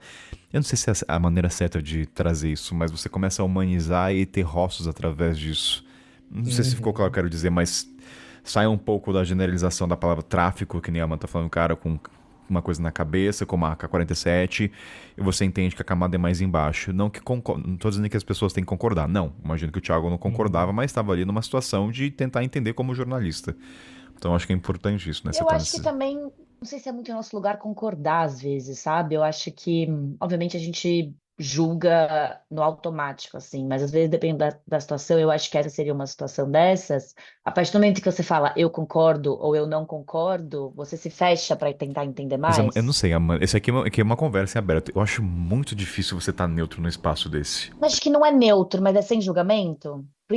Principalmente no contexto de Ariel e Lucíada. Mas, por exemplo, quando eu falo sem julgamento, assim, pra mim, eles estão fomentando em uma etapa muito menor de escala, mas o tráfico. É isso, entende? Assim, não tem como não tirar esse julgamento. É isso que eu quero. Ah, eu consegui, na Não. Tem, verdade. porque você não sabe a realidade, você não sabe por que que eles fazem isso, você não sabe se eles foram coagidos, você não sabe se eles precisam de dinheiro, vocês não sabem. Então, eu acho que vem um pouco disso, entendeu? Mas o julgamento que eu falo não é porque que eles estão fazendo, é subsistência, tem que pagar, sei lá, conta, alimentar a criança. Eu tô falando do julgamento de entender que aquilo vai levar até um caminho final que eu não concordo. É Uhum. nesse. É difícil, eu não sei dizer, tá? Eu precisaria Eu acho que mais. assim, ó, o final é sujo, vamos É, dizer então, o assim, final é né? sujo. O, Eu entendo as o final é motivações. É, sujo. O sim, julgamento é entender que eles fazem uma coisa Ah, ilícita, no sim. final das sim. contas. Eu não tô. É difícil falar sobre isso. Eu não vou É. conseguir elucidar. É É difícil, é porque desde difícil. essa conversa que eu comentei com vocês, eu comecei a ver, a enxergar eles com olhar de vítima. Então, o meu julgamento, ele estava sempre nesse campo. Eu estou lidando É, com as vítimas então, do Puta, mas processo, daí é um tópico. sabe? eles não são as pessoas fazendo dinheiro com isso. Zero. Eles não são as pessoas, eles não são as pessoas lucrando Não, não, com sim, sim. tráfico. Eu não vou me aprofundar porque eu não tenho repertório pra ter uma linha de raciocínio pra poder trazer. Mas o ouvinte algum vai falar, mas eles estão. Eles podem escolher não fazer. Mas aí eu não sou cientista político, gente. Eu não vou entrar. É, e se a gente entrar nesse assunto, a gente vai aqui mais 2 horas. E assim, eu fico com o maior prazer, tá? Adoraria entrar nesse assunto, mas não acho que seja o caso. Mas então o Thiago Pegar uma não viu. cerveja Não, e porque entrar eu no acho que é até assunto. legal trazer pra audiência, porque quando eu convidei a Amanda e o Thiago, eu acho importante fazer esse tipo de programa com uma história de um recorte do Thiago, né? Porque eu sei que ele viajou, eu poderia falar da viagem dele, mas o quanto viagem muitas vezes é um ato político de você ressignificar ou fazer uma releitura das Farc, do crime. Então, assim, viagem não é só comer comida gostosa e ir em museus, é também estar nesses espaços e cada um com a sua régua e o que, que você pode extrair. Porque eu acho que uma pergunta que eu vou até trazer agora, não vou deixar pro final, mas vai pro Thiago agora. Quando a gente acabar esse programa, o que, que você gostaria que o ouvinte abstraísse dessa sua vivência, dessa sua experiência? Assim, se é que tem algumas. Mas assim, o que, que você acha que. Não tô dizendo para as pessoas irem numa plantação de cocaína, tá, ouvinte? Pelo amor de Deus, tá? Deixa muito claro isso. Às vezes o óbvio precisa ser dito. Mas se você pudesse dizer assim, o que, que você gostaria que o ouvinte saísse desse programa, o que, que você diria para eles? Bom, Kainan, eu acho que o importante dessa conversa é as pessoas ouvirem esse relato e desmistificarem essa imagem que a gente criou na nossa cabeça desse processo de produção dessa droga, né, que é algo social, político-social tão importante, né, nos tempos modernos. Então, principalmente é isso, né? Eu quero que saiam daqui e vejam rostos humanos, humanidade dentro desse processo, e não só a questão da criminalidade, né? Entender que é uma cadeia muito mais complexa do que nos venderam nesses documentários mais sensacionalistas, né? Então, basicamente, tirar o sensacionalismo de toda essa imagem que vem na cabeça. Então, se a pessoa sair daqui, dessa conversa, e saber que tinha uma criança de 1 ano e meio, que tinha uma mulher grávida, que tinha uma senhora super simpática, que cozinhava para mim ali todos os dias, que tinha Dom Ariel, né, que compartilhava a medicina ancestral ali da questão da ayahuasca, sem custo nenhum, sem essa questão comercial. Ver que são essas pessoas que, infelizmente, passam pela mão do tráfico, né? É mais uma vítima de todo esse processo, de toda essa cadeia. Então, se a pessoa sair daqui tirando esse sensacionalismo, para mim, eu já ganhei essa experiência, né? De ter tido essa experiência, para mim já valeu. Então, basicamente, seria isso, Kainan. Tá vindo tanta coisa na minha cabeça, pera, tá em office, eu não sei se eu falo, eu vou ficar quieto. Eu vou ficar quieto. Eu vou ficar, eu vou Fala o que ficar que você vai quieto, falar. não vai, Amanda, eu não vou falar, vou ficar quieto. Eu vou. Não, é que eu tô com Ah, muito queria, medo, agora eu tô agora em off, curiosa, eu tô tô com muito medo curiosa. disso aqui cair no. Não, tô amando a conversa, mas se cair porque o podcast. Eu tô tentando trazer um pouco o Hum, centro da viagem, entendeu? Pra não ir por tanto Aham. viés. Não, é que eu tô. Agora em off, eu tô pensando, vai ter. Eu não sou essa pessoa, mas acho que muita gente, assim, eles não são vítimas, eles escolhem, né? Mas eu não concordo com essa frase. Uhum. Em partes, tá? Mas, assim, eu considero que eles são mais vítimas do que escolhas. Acho que todo mundo. Eu Uhum. sei que as condições. Mas eu não quero entrar nesse território, mas eu concordo com. Assim, aqui tá em off, tá? Porque no Malau eu plantei maconha com o pessoal. E eram velhinhos, e era de subsistência. Só que eu parei de contar Uhum. um pouco essa história. Isso faz muito tempo, né? Talvez hoje eu recontaria com uma melhor. Um tempo que. Um episódio só sobre isso. Porque você, o que me ajudou nessa, em trazer os bastidores, aqui isso em off, ajudou a humanizar, a ressignificar a maconha em si como um todo. Nem todo mundo, a maconha na Malawi como um todo é de subsistência, é de consumo próprio, não é pro tráfico, pelo menos do Malawi, grande parte. Então, assim, minha relação com a maconha mudou. Eu nunca usei droga no Brasil, primeira vez que comecei a usar na África. Então, por exemplo, aqui em off ainda, tá? Mas eu tô pensando o que eu gostaria que o ouvinte saísse de entender que toda experiência é válida, você sai com alguma ressignificação. E além do que você falou, eu acho que eu gostaria, pode ser que isso vá pro ar, tá? Mas que a pessoa saísse e pesquisar sobre a plantação de coca. Acho que a pessoa pesquisa, deixa eu ver como é que é, assim, o que que é asfaro, o que que é plantação de coca, né? O que que, eu acho que despertar um pouco da curiosidade da pessoa, porque, cara, muita gente não sabe da plantação. Nem eu sabia, eu comecei a ler ontem, esses dias, eu nem sabia que 90% do, enfim, mas era isso, Amanda. e eu não, eu acho que você devia manter isso que você acabou de falar no episódio. Mas você falou de que você gostaria que as pessoas saíssem daqui e procurassem o que é a plantação de coca para entender mais sobre o assunto. Eu não acho que a plantação de coca seja isso que o Thiago falou. Como eu não acho que não seja isso, sabe? Eu acho que essa é uma das facetas que existem nesse contexto num Uhum. geral, assim. Eu acho que a gente é muito fatalista no sentido de essa pessoa é boa, essa pessoa é má, essa pessoa tá fazendo algo errado, essa pessoa tá fazendo algo certo, essa pessoa é vítima, essa pessoa tá fazendo algo ruim. E não existe muito bem ou mal, né? As coisas tem coisas bem, tem coisas boas no mal, tem coisas más no bom. Só que é muito mais fácil ver o mundo assim, nessa É perspectiva do bom e maravilhoso. mal. É simplista. É É, raso, É é mais fácil. raso. É simplista, mas é muito mais sim. fácil, é muito mais fácil você não aprofundar, mas você vive no raso. E eu acho que a mídia, no geral, segue muito essa linha, né, do bom e mal, e de perspectivas bem rasas, assim. E o conceito que eu tinha desse tema, era o conceito da mídia, porque eu não li, não é um tema que eu li muito sobre, não é um lugar que eu fui visitar, e eu acho que a viagem nesse estilo menos tradicional te abre muito os olhos para isso, assim, porque você sai um pouco dessa perspectiva de bem e mal, porque você vai conhecer uma pessoa que você acha incrível, mas que está contribuindo para o tráfico. Ao mesmo tempo, você vai conhecer uma pessoa que você não gostou por N motivos, mas você vai ver ela fazendo algo bom. Então, eu acho que te tira um pouco dessa perspectiva rasa do bom e mal. E eu acho que também, eu acho que no cenário de conteúdo de viagem, tem poucos espaços pra gente aprofundar, e quando não tem, a pessoa cai pro sensacionalismo. Então, assim, não vamos ser hipócritas. Quantos, Porque o sensacionalismo vende. infelizmente, o sensacionalismo dá view, o sensacionalismo dá dinheiro, mas Não, mais eu acho que o raso. formato também, puxando sardinha pra mídia podcast, eu não imagino o Thiago fazendo um Reels. Gente, fui numa plantação de ayahuasca e caí numa plantação de coca. Isso não vai sair no Reels. Entendi. Eu acho que aqui dá essa abertura pra gente aprofundar. Eu acho que é até por isso que eu gosto dessa conversa. Que não cai no sensacionalismo.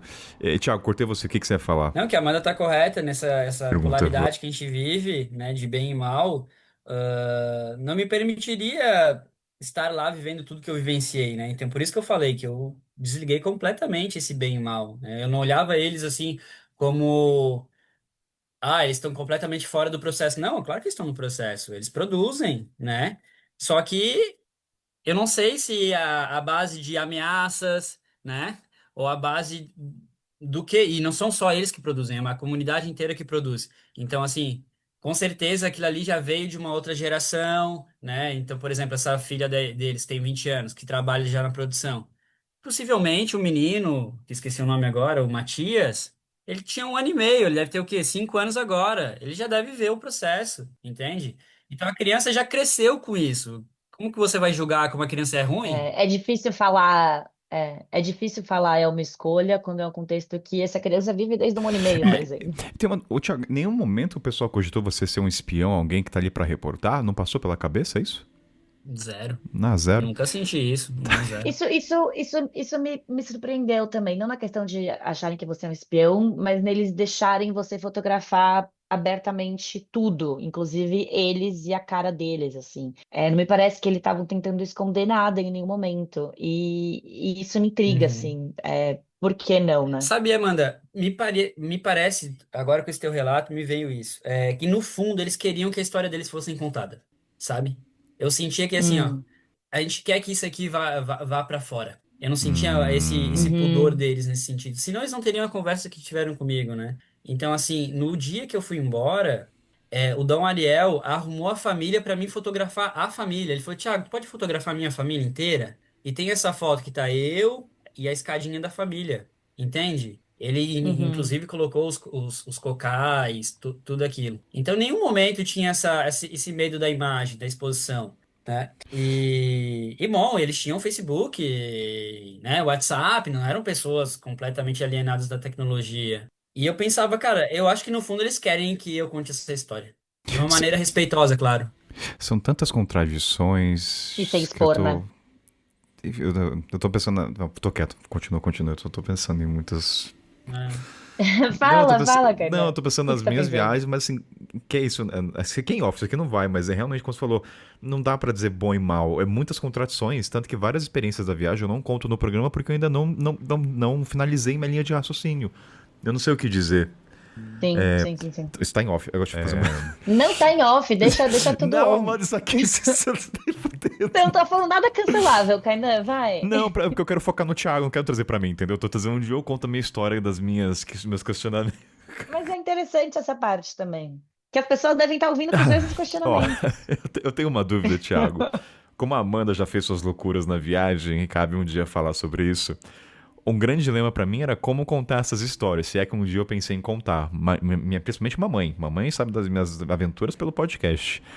Como foi que foi pra você contar, se é que você contou pra sua família, pessoas que talvez já viessem com o pau e a pedra na mão, você chegou... Porque assim, eu imagino que quando você acabou essa experiência, você estava processando muita coisa. Talvez você só, hoje, depois de anos, você consegue, nossa, agora eu sei como retratar, o que contar, qual é a linha, como é que eu vou, como é que eu vou seguir a linha narrativa. Mas como é que foi pra você depois perpetuar essa história pras pessoas dos mais diferentes públicos? Ou você não contou tanto? Você está abrindo agora pela primeira vez ao público? Olha, curioso, eu não lembro assim exatamente para quem eu contei. A minha mãe sabe. Isso eu sei porque a minha mãe tem uma conexão indígena muito forte. Então ela ficou muito mais focada nessa parte indígena do que Ela do ignorou processo a todo. outra parte. Ela ficou mais assim. Minha mãe ela é um ponto fora da curva nesse sentido. Para amigos, só amigos viajantes. Nunca contei isso numa mesa de bar, numa sexta-feira à noite, sabe? Então, sempre para viajantes e com um cuidado absurdo, né? Porque a palavra cocaína, né? A palavra coca, ela carrega um peso enorme, né? Então, eu nunca, eu nunca me senti à vontade de chegar espalhando por aí, mas, ao mesmo tempo, sempre quis retratar que as pessoas tenham essa nova imagem. Mas sempre tive muito zelo por essa história. Pô, é uma história muito interessante. Eu acho que super vale a pena ser contada, mas obviamente tem que ter um certo senso crítico por trás, assim. Eu acho que vai até além do senso crítico, Amanda. Acho que tem outro ponto pra gente colocar na mesa. Eu conheci muitos colombianos e a imagem da Colômbia com droga é muito forte. Então, só do fato de, mesmo que o Thiago conte com o maior zelo, com o maior cuidado, com um olhar crítico, Isso é você vai. Eu verdade. lembro, nunca esqueço, em Guiné-Bissau eu conheci um casal, um era brasileiro casado com uma colombiana. E eu lembro que a primeira coisa quando ela falou que era da Colômbia, né? Ela falou: Ah, cafés maravilhosos. Ela me abraçou e falou: Kainan, obrigado por não falar de droga e Pablo Escobar. E assim, olha como Uhum. é doido. Assim, você É verdade, porque reforça um estereótipo, né? Isso é Então tem verdade. muito pra quem que você vai contar. Tem todo esse cuidado, né? Se a pessoa não sabe nada da Sim. Colômbia e você trazer isso, não. A não ser que a pessoa já tenha um repertório. Então, assim, eu entendo também não contar a todo momento. Como o do Malau eu não conto. Porque Malau é incrível. Pessoas mal sabem do Malau. E se eu falo da maconha, então Já associa. associa. É, faz sentido. Eu, por outro lado, eu também trabalhei já numa fazenda de maconha, no caso, só que foi nos Estados Unidos, então não existe esse estereótipo por trás. Então eu conto abertamente, eu falo abertamente sobre isso. Estados Unidos vai sobrepor outras coisas, né? Então, Exato, porque as pessoas têm outras referências Uhum. dos Estados Unidos que essa não vira, não acaba meu, eu sendo uma das tô imaginando um principais. ouvinte falando, Amanda, esse Thiago, a primeira vez, o Kainan, todo mundo trabalha em plantação, né? O que que o pessoal vai achar desse podcast? Que equipe. Todo mundo trabalha em plantação, quase todo mundo Não consagrou fale por ayahuasca ayahuasca. eu não usaria, não, viu? Essa mesa, quase todo mundo. Essa mesa não tá. Ó, vou trazer uma leveza aqui, mas tá muito legal essas trocas. E eu tenho uma curiosidade, Thiago. E é que seja vulnerável, seja sincero. Aham. Algum momento você cogitou usar a cocaína? Passou pela Não, cabeça? não. Não porque, Não. como eu comentei, né? Ali eu vesti uma camisa de jornalista, então eu estava muito nesse processo, né? E como eu nunca utilizei, nunca tive vontade, não ia ser ali que eu provaria, digamos assim, sabe? Nunca tive. Ah, você não deu o corte que eu queria, tá bom. Brincadeira, brincadeira. Eu falei, vai que. Vai que cola, né?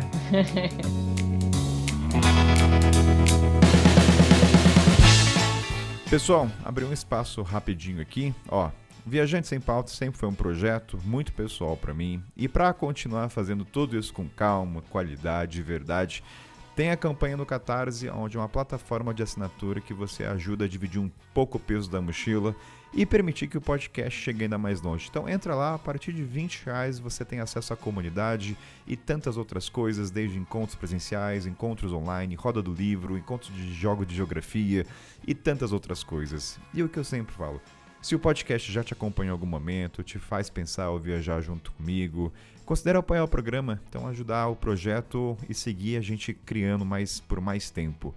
E eu sempre falo, você tá ouvindo, você tá postergando, para agora, entra lá rapidinho e você vai ver que, cara, quando você entra, você não vai querer mais sair, porque o espaço é muito legal e tem todo um esforço para fazer um ambiente acolhedor e com muitas trocas, tá bom? Além do programa continuar no ar por mais tempo. E é isso, então obrigado aí para todo mundo que apoia o programa e vamos hortar.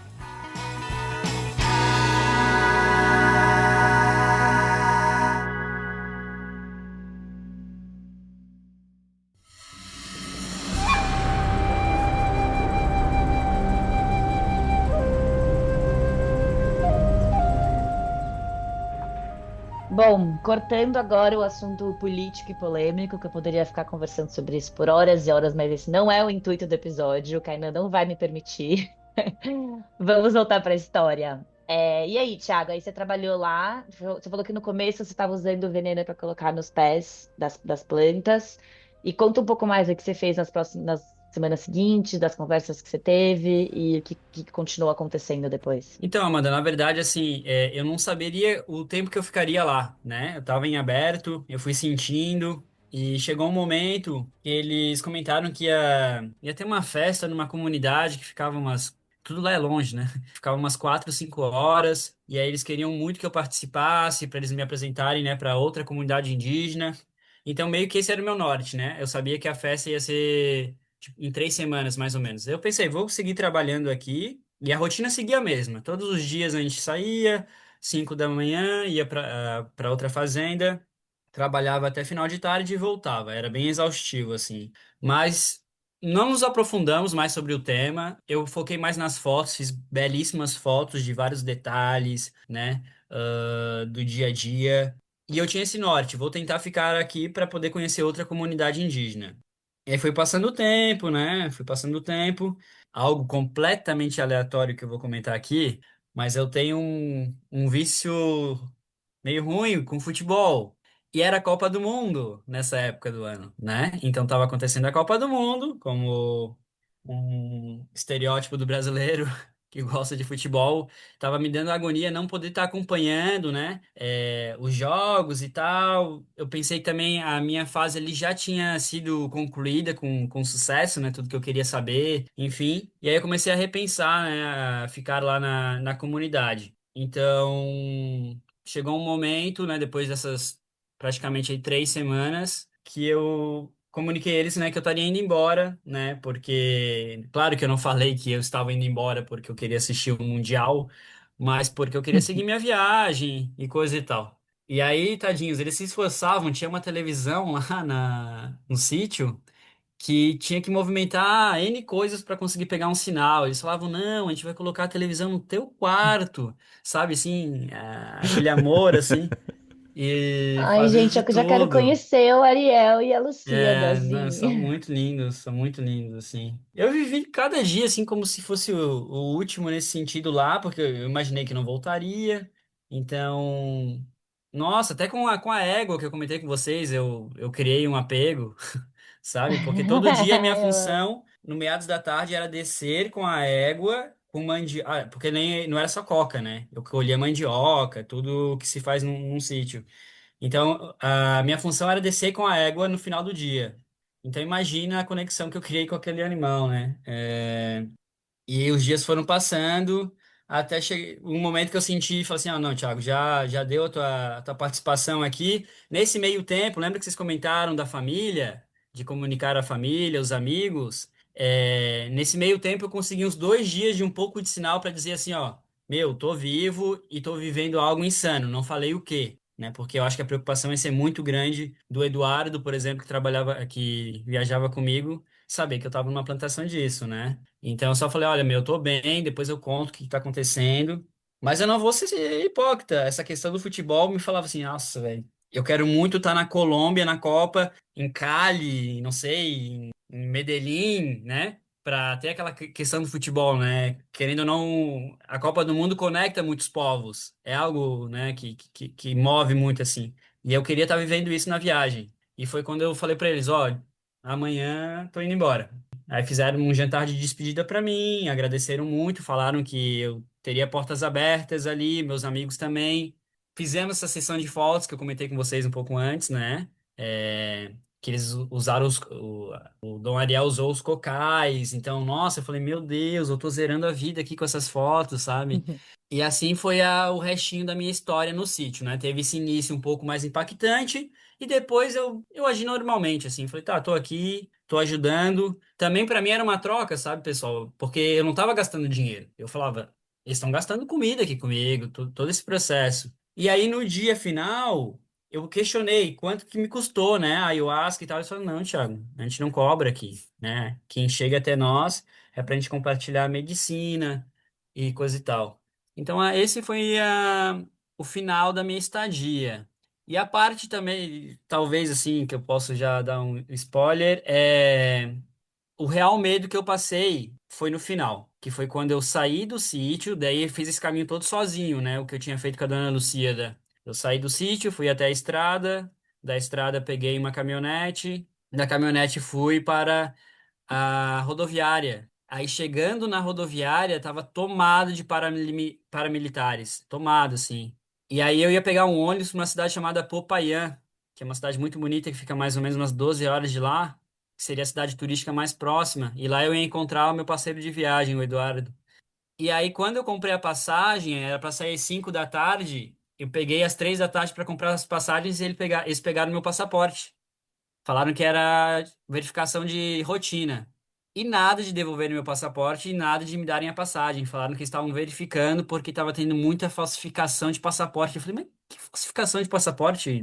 Esse papo não cola. E aí, Aquele momento eu comecei a achar que tinha dado ruim pra mim. Aquele momento eu pensei, cara, eu fui vigiado esse tempo todo, e agora já era. Eu só pensava, daqui a pouco alguém vai me botar numa salinha e já era, né? Então, E você tinha as fotos também, eu né? tinha as No fotos, celular. eu tinha tudo, e então ali mesmo eu falei, nossa, eu acho que eu fui longe demais.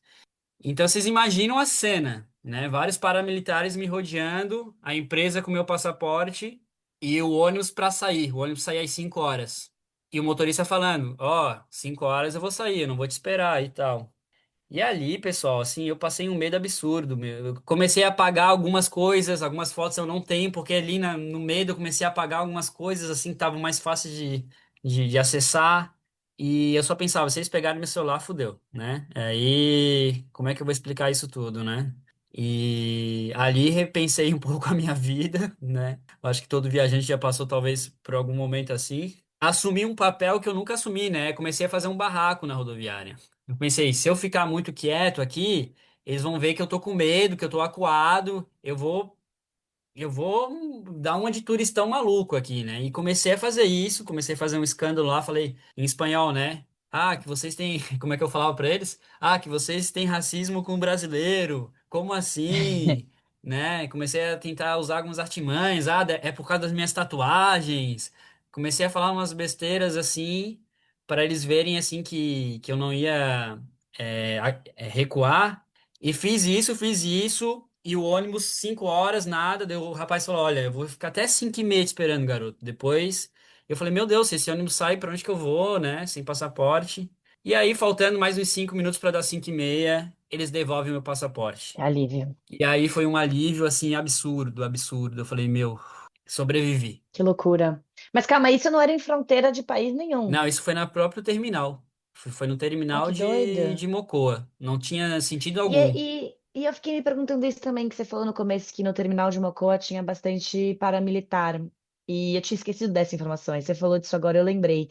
E ao mesmo tempo tem muito paramilitar, e ao mesmo tempo é uma comunidade que tem bastante produção de cocaína. E eu me pergunto se tem alguma relação essas coisas, essas duas coisas. Eu acredito que tem.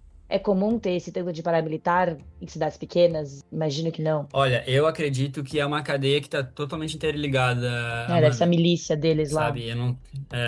Eu não tenho provas disso, mas não eram paramilitares ali que, sei lá, que estavam fazendo a segurança do terminal. Não.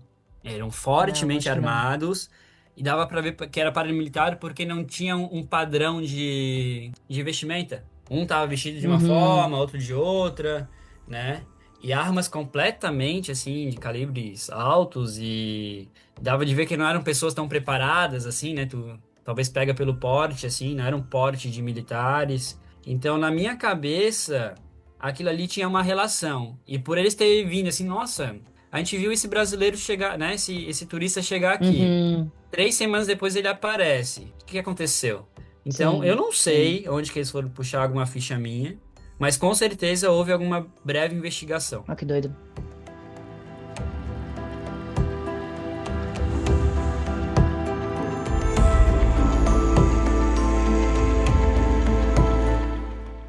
Tiago e Amanda, várias reflexões e questionamentos estão vindo na minha cabeça. E uma das coisas que o Tiago falou no começo, e eu também utilizo dessa narrativa com validação, porque eu sou jornalista, então, assim, não sou jornalista, mas sou. Que é o seguinte: tem uma linha muito tênue entre vestir o jornalista e se esconder através dela. E não tô falando sobre o Tiago aqui, tá? Isso aqui é uma coisa que acontece na viagem. E muita gente fala assim: eu fui lá como repórter, ou assumi essa vestimenta, muitas vezes para justificar uma curiosidade que no fundo é humana. Então. Só que quando a gente entra no lugar como o Thiago foi, como eu também já fui, carregado de história, medo e sobrevivência, o microfone, muitas vezes, né, na sua etimologia, não basta para dar sentido. E eu fico pensando quantas situações na viagem, além dessa e de outra, e aqui uma pergunta é aberta, tá? A gente usa essa narrativa de ser jornalista para justificar com medo do julgamento alheio. E assim, eu fui porque eu tenho curiosidade. É uma indagação que eu tenho. Porque, parando pra pensar agora, várias vezes, isso agora tá vindo na minha cabeça conscientemente. Quantas vezes eu conto uma história falando assim, eu sou jornalista, por muitas vezes justificar o porquê eu estou ali. Assim, claro que ter o lado jornalista ajuda, mas e se eu não tivesse essa vestimenta do lado jornalístico? A gente não pode estar nesses espaços? Assim, é uma pergunta sem resposta, tá? Porque o Sim. Thiago falou e eu falei, e se o Thiago contasse essa história sem a narrativa de vestir o jornalista? Como é que seria? É uma provocação pra você, pra mim, pra todos nós, tá, Thiago? Não é só eu. Completo. Eu acredito Eu que acho... essa vestimenta, desculpa, Amanda, mas essa Não, pode vestimenta falar, pode falar. jornalística, jornalista, ela vem de, para mim, de um lugar assim de, por exemplo, eu não consigo não relacionar o lado jornalista com a questão da fotografia.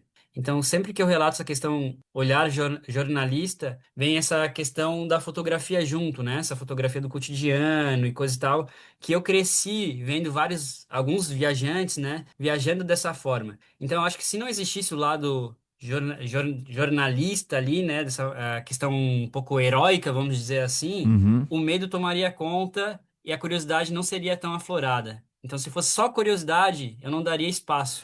É porque quando a gente fala assim, vestir como jornalista, ela também pode servir como escudo, mas também como uma ponte. Ela pode ir para vários vieses. Uhum. Mas assim, essa é uma pergunta em aberto, tá, gente? Eu quero só ouvir o que vocês pensam, porque muitas vezes eu uso como uma justificativa dos meus atos. E por sorte eu sou jornalista, né? Então assim, eu não sou um biólogo que fala, então eu tenho o alvará pra ser Eu condizente faço, com.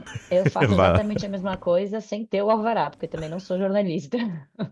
Mas eu acho que isso dá um sentido maior à nossa curiosidade, assim, não é a curiosidade só pela curiosidade, tem algo maior por trás, tem a questão de estudar, e tem a questão de dar contexto, e tem a questão de dividir, de investigar. Eu acho que é uma curiosidade com uma vestimenta mais bonita, assim, sabe? Que eu sou uma pessoa extremamente curiosa, tanto do lado bom quanto do lado ruim, assim, eu gosto de saber de tudo, tanto das pessoas quanto do mundo. E talvez por isso eu gosto tanto do jornalismo. Talvez um dia eu seja uma jornalista, porque é uma coisa que eu gosto muito, assim. Porque eu acho que é tentar dar sentido à minha curiosidade. É porque eu fico pensando, quando você tá nesse espaço que o Thiago trouxe, e quando você é um viajante honesto consigo mesmo, de ter essa curiosidade, de aceitar o incômodo das contradições, você não necessariamente precisa ser jornalista. Eu tô pensando só. Isso aqui são devaneios meus agora no momento.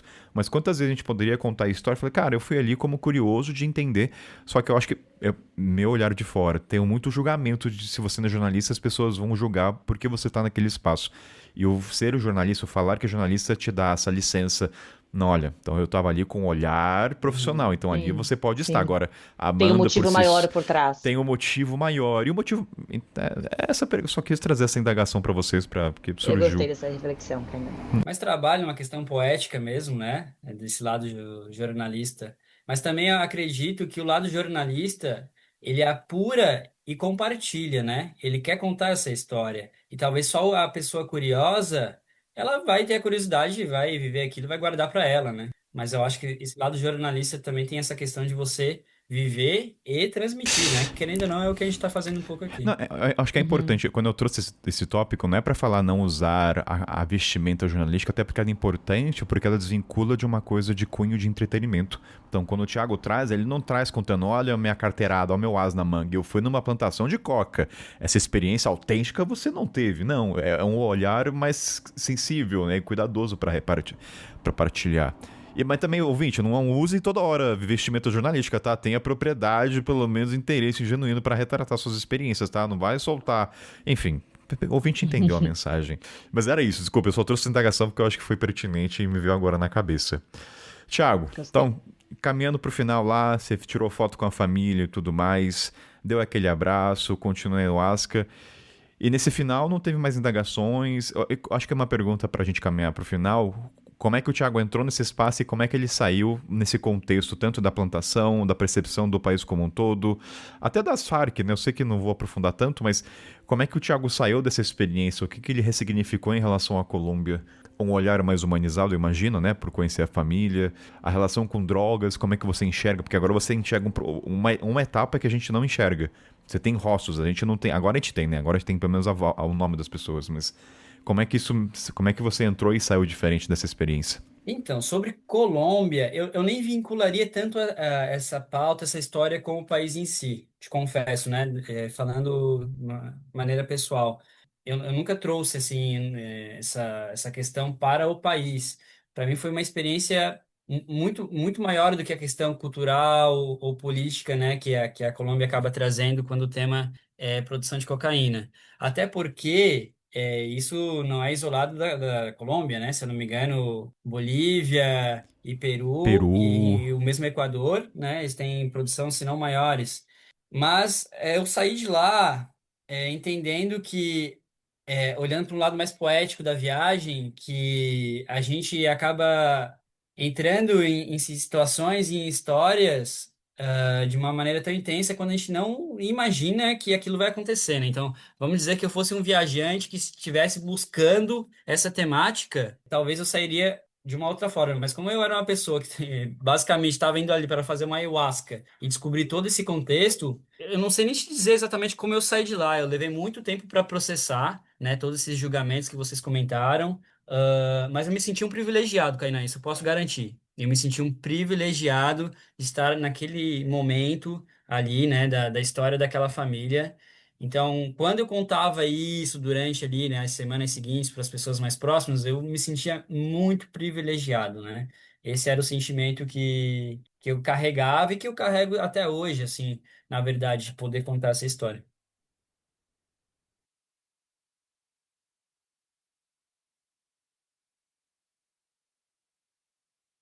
Tiago, gostei muito desse papo. Eu acho que é um bom fechamento. Acho que é interessante a gente ouvir mais a fundo as experiências do viajante e aqui a gente consegue aprofundar. E só para reforçar para a audiência, ouvinte, não romantize as coisas, entendeu? Saiba onde ir, calcule os riscos. E aqui é um episódio sem julgamento com o Thiago. Acho legal, eu tô amando ouvir a história e saber que viagem é isso, né? Você vai comer comida maravilhosa, mas também você vai estar em espaços que você vai sentir medo, você vai se contradizer, você vai. E muitas vezes só vai refletir isso no pós-viagem. E agora, Amanda. Será que um dia a gente vai plantar maconha junto, Amanda? Eu acho que foi uma experiência que eu fiz por uma vez e foi suficiente, Kainan. Não faria de novo. Mas que experiência, Thiago. Acho que junta tudo que eu mais gosto, assim, junta viagem, junta novas experiências e aprendizado e aventura e política e relações interpessoais. Então foi muito interessante. Obrigada por compartilhar. Ok, isso. Que agradeço aí pela escuta tão ativa de vocês e por me fazer relembrar essa história, né? Porque isso foi final de 22, 3 anos já. É sempre bom recontar, né?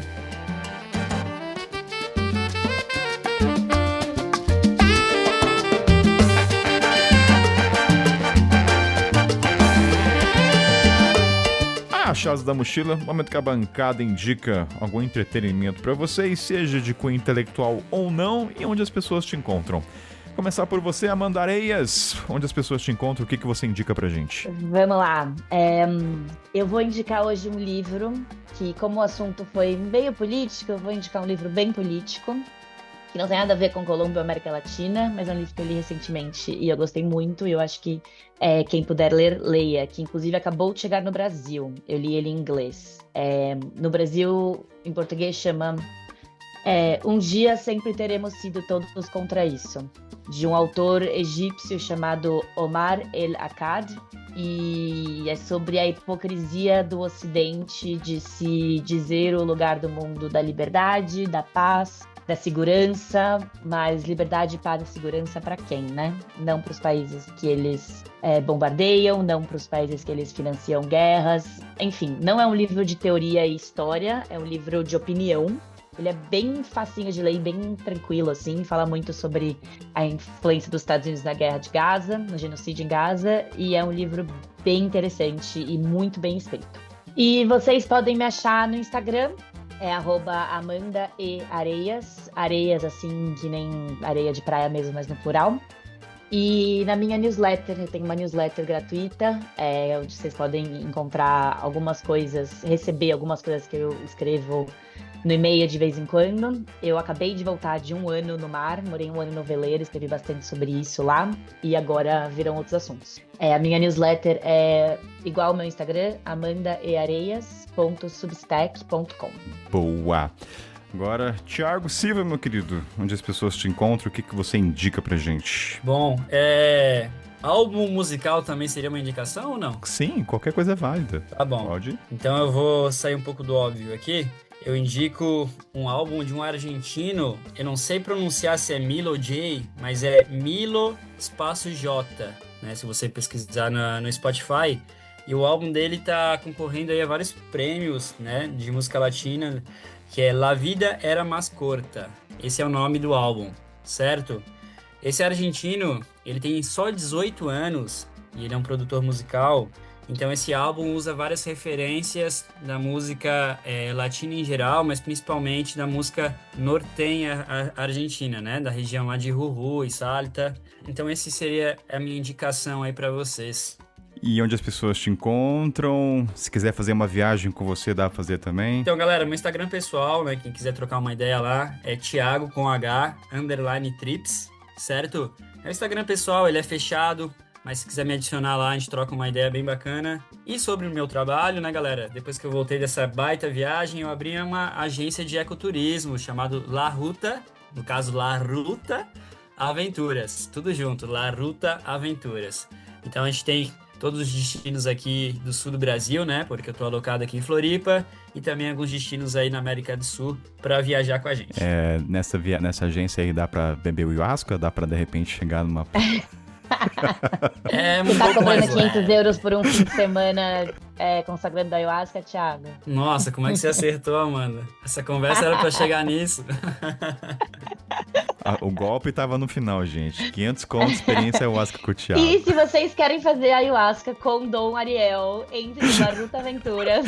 Por favor. Não, com Dom Ariel é no Thiago Trips, a gente tem que fazer uma entrevista antes. Ganhou jamais, hein, Thiago, depois dessa. Ó, Muito bom. pra encerrar, minha indicação muito breve vai ser um filme que foi indicado ao Oscar, não sei quando, foi ano retrasado, que é Eu, Capitão, que é um filme senegalês muito bom, que mostra a trajetória de um garoto que tenta sair do país junto com um barco. É um filme bem intenso, bem pesado. Bem pesado. É bem pesado. Fotografia é um filme maravilhoso de se ver e é baseado em super histórias contemporâneas, no sentido está acontecendo nesse exato momento. Então fica a minha indicação. Então, Thiago, meu querido, muito obrigado. Amanda Areias, muito obrigado. Então a gente se vê numa Obrigada. próxima. Valeu, galera. Valeu, galera.